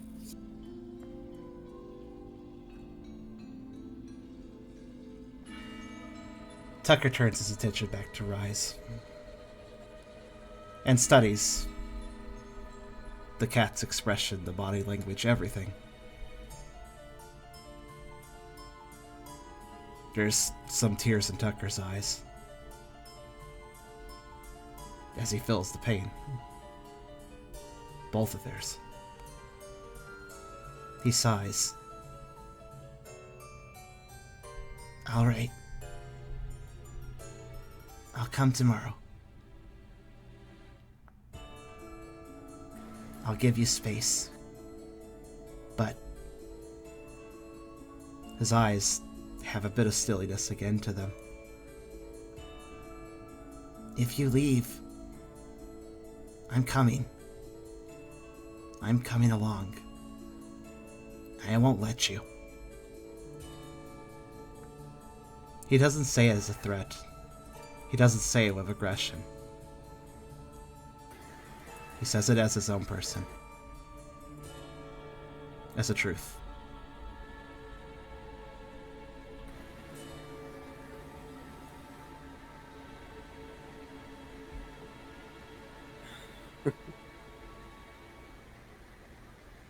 All the more reason that I cannot leave. Pangara would be actually angry with me if I let you go outside town.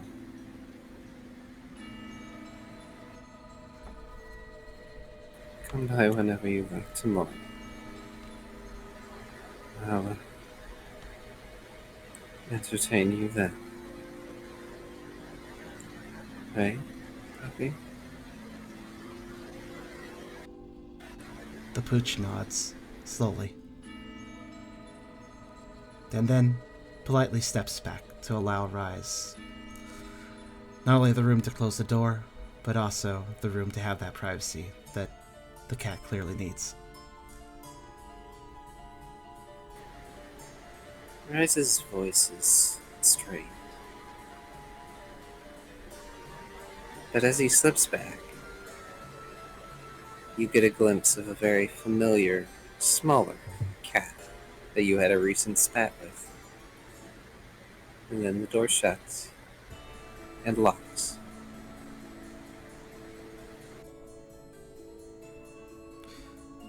Tucker turns to the rest of his team and goes around and simply says,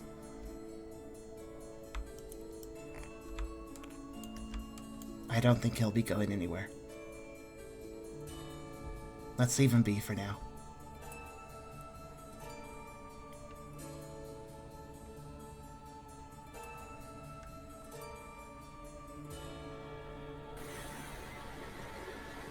That's where we're going to end it.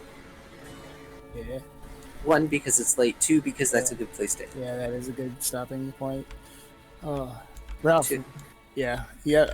Ralph has nothing to say, like he can't put it in words, but he really looks like he wants to object. Like he's kind of like he has this face. He's kind of looking down, like he's really trying hard to find the words, but he doesn't say anything. He just With the absence of nods. Riley telling Ralph to shut up, Tucker is now telling Ralph to shut up. I'm glad that he interjected, honestly. It just... Well, both in how he confronted Rise as well as stopping Ralph, Tucker held on to a very interesting strength in this situation. Yeah. By the way- It probably would not have helped because once I feel like this is pretty obvious now, but like once it was evident what Rise was really out to do, Ralph was on board. Like once he pieced it together in his head, like Ralph was on board. Like he was gonna like, all right, let's go out. Let's get this Joker. let's. Yeah, I think you're flying alone there. By the way, Tucker's very brief reaction to seeing Porloin was surprisingly not one of any sort of aminosity. As of this current time, that issue didn't even matter to him. So he kind of looked neutrally at the Porloin if the Porloin were to catch his eye. And if the Porloin were to observe what he was expressing. Yeah, like Ralph was ready to ignore Pangora's wishes and go with Rise, help him take down the mighty Anna. If Ralph expresses it next session, Tucker will speak to him about it. So, I'm surprised that the door didn't get broken down, the window didn't get broken, intent eavesdropping didn't occur, and that went as well as it did. Also, Yeah. everybody get 2 XP. Maturity ho. Yeah, Ralph is respectful. I mean, Ish. ish. Polite party. Yes? And yes. What? Me? Oh. Yeah. I'm objecting to Ralph's polite thing. Oh, I was wondering No, if... Anything else with Riley, I guess I might as well ask. Or Brooke, for that matter. So Brooke honestly would be on board too, but Pangoro convinced them this is Tucker's fight. Exactly. I was saying that the entirety of Team Cheer is being polite party this time. Yeah. I mean, aside from Ralph almost getting in the way of a moment where Rice needed that space. But Tucker stopped him, so... Ralph has good intentions. Yeah. The objection would have been like, since it didn't happen, I might as well like peeking at the option you didn't choose and to choose your own adventure. It would have been like along the lines of what you're just giving up. We gotta go out there. We gotta go teach them a lesson. We gotta make sure it don't happen to anyone else.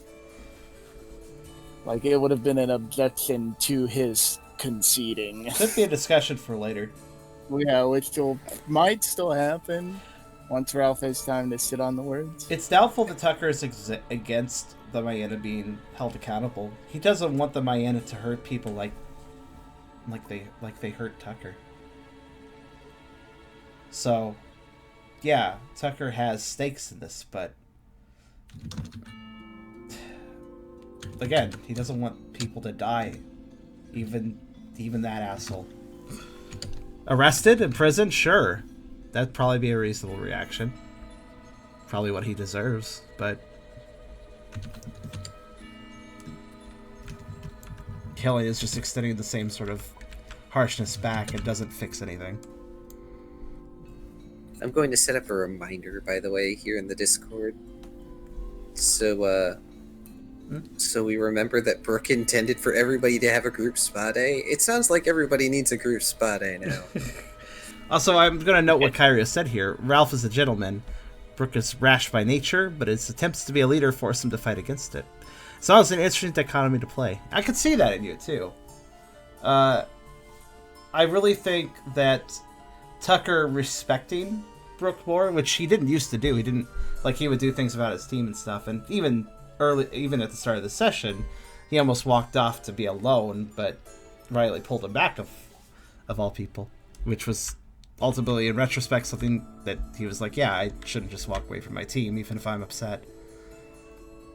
And he realized that was a bad move, so he made a better move later in the session. And it directly involved Brooke. I mean, part of him wanted to just immediately run off after Rise and deal with this himself, but he got Brooke's backing. He talked to Brooke about it because Brooke's a team leader, and it's interesting how that sort of thing also helps Brooke learn how to be less rash, which is interesting. Like, the rashness is a good trait still, but there's times where the rashness needs to dial back. And in a way, Tucker is helping that be possible. Also, did everybody get 2 XP on the sheet? I added 2. Brooke gets a bit more. Well, Riley gets a bit more because Lucky Egg, but We Brooke haven't even also, counted that. Brooke also gets more because he's been doing sparring in the background.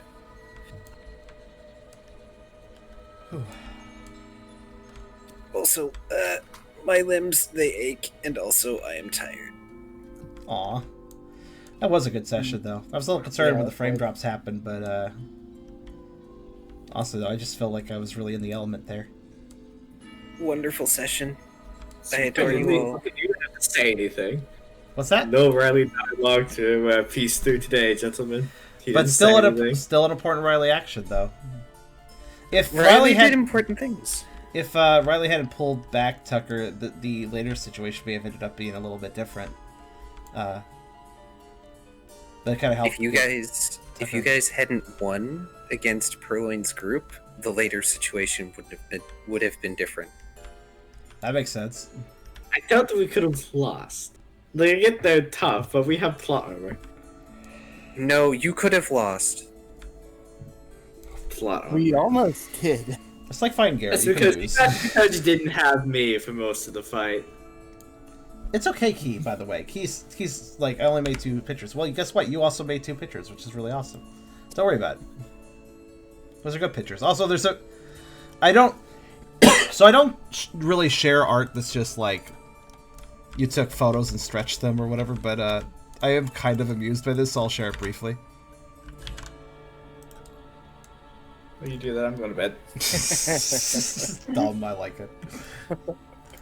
8,000 power did that. Just a little visualizing the joke that I love it. that Ralph did. I love it. I like the foot being up the bed, like he's like just stuck or something. He's still like, "Good night, honey." It's beautiful. But I'll put it back to this for now. Yeah, that was a good session. Well, streamgoers, stick around for a little bit if you want to just chat a little bit. I'm gonna be doing a thing. But for the YouTube video's sake, yeah, again, thank you to whoever's still in the call for a good session. I heard a bunch of people leave. It's just me and you, Tubby. Everybody's tired. I guess I should be tired too, but I'm used to being tired, so I don't feel as tired. Because I'm too tired. I'm too often tired to feel tired. Wait, this doesn't really completely make sense. Whatever. My point is, yeah, it was a good session. And I hope you guys enjoyed. We'll be back for session 56 in 2 weeks, as usual, unless something happens. There will eventually be a break when I take a vacation, but I can't, still not quite at vacation time. I need do a few more things. Vacation's coming at some point, but I can't tell you exactly when. But I'll tell you when it does, when it can happen. Vacation's where I wanna be. What? Yeah, that Pokemon song. I remember that song. Wait, wasn't that on the first Pokemon movie album or something? Yeah. It played during the Pikachu vacation little cartoon that played before. A little Pikachu cartoon usually plays before all the animated movies anyway. Yes. Part of me hoped that there would be one before Detective Pikachu. all right. Tangents aside, we can talk tangents in a minute. But in any case, for the YouTube video's sake at least, you guys have a good night, and I'll see you for session 56 in 2 weeks.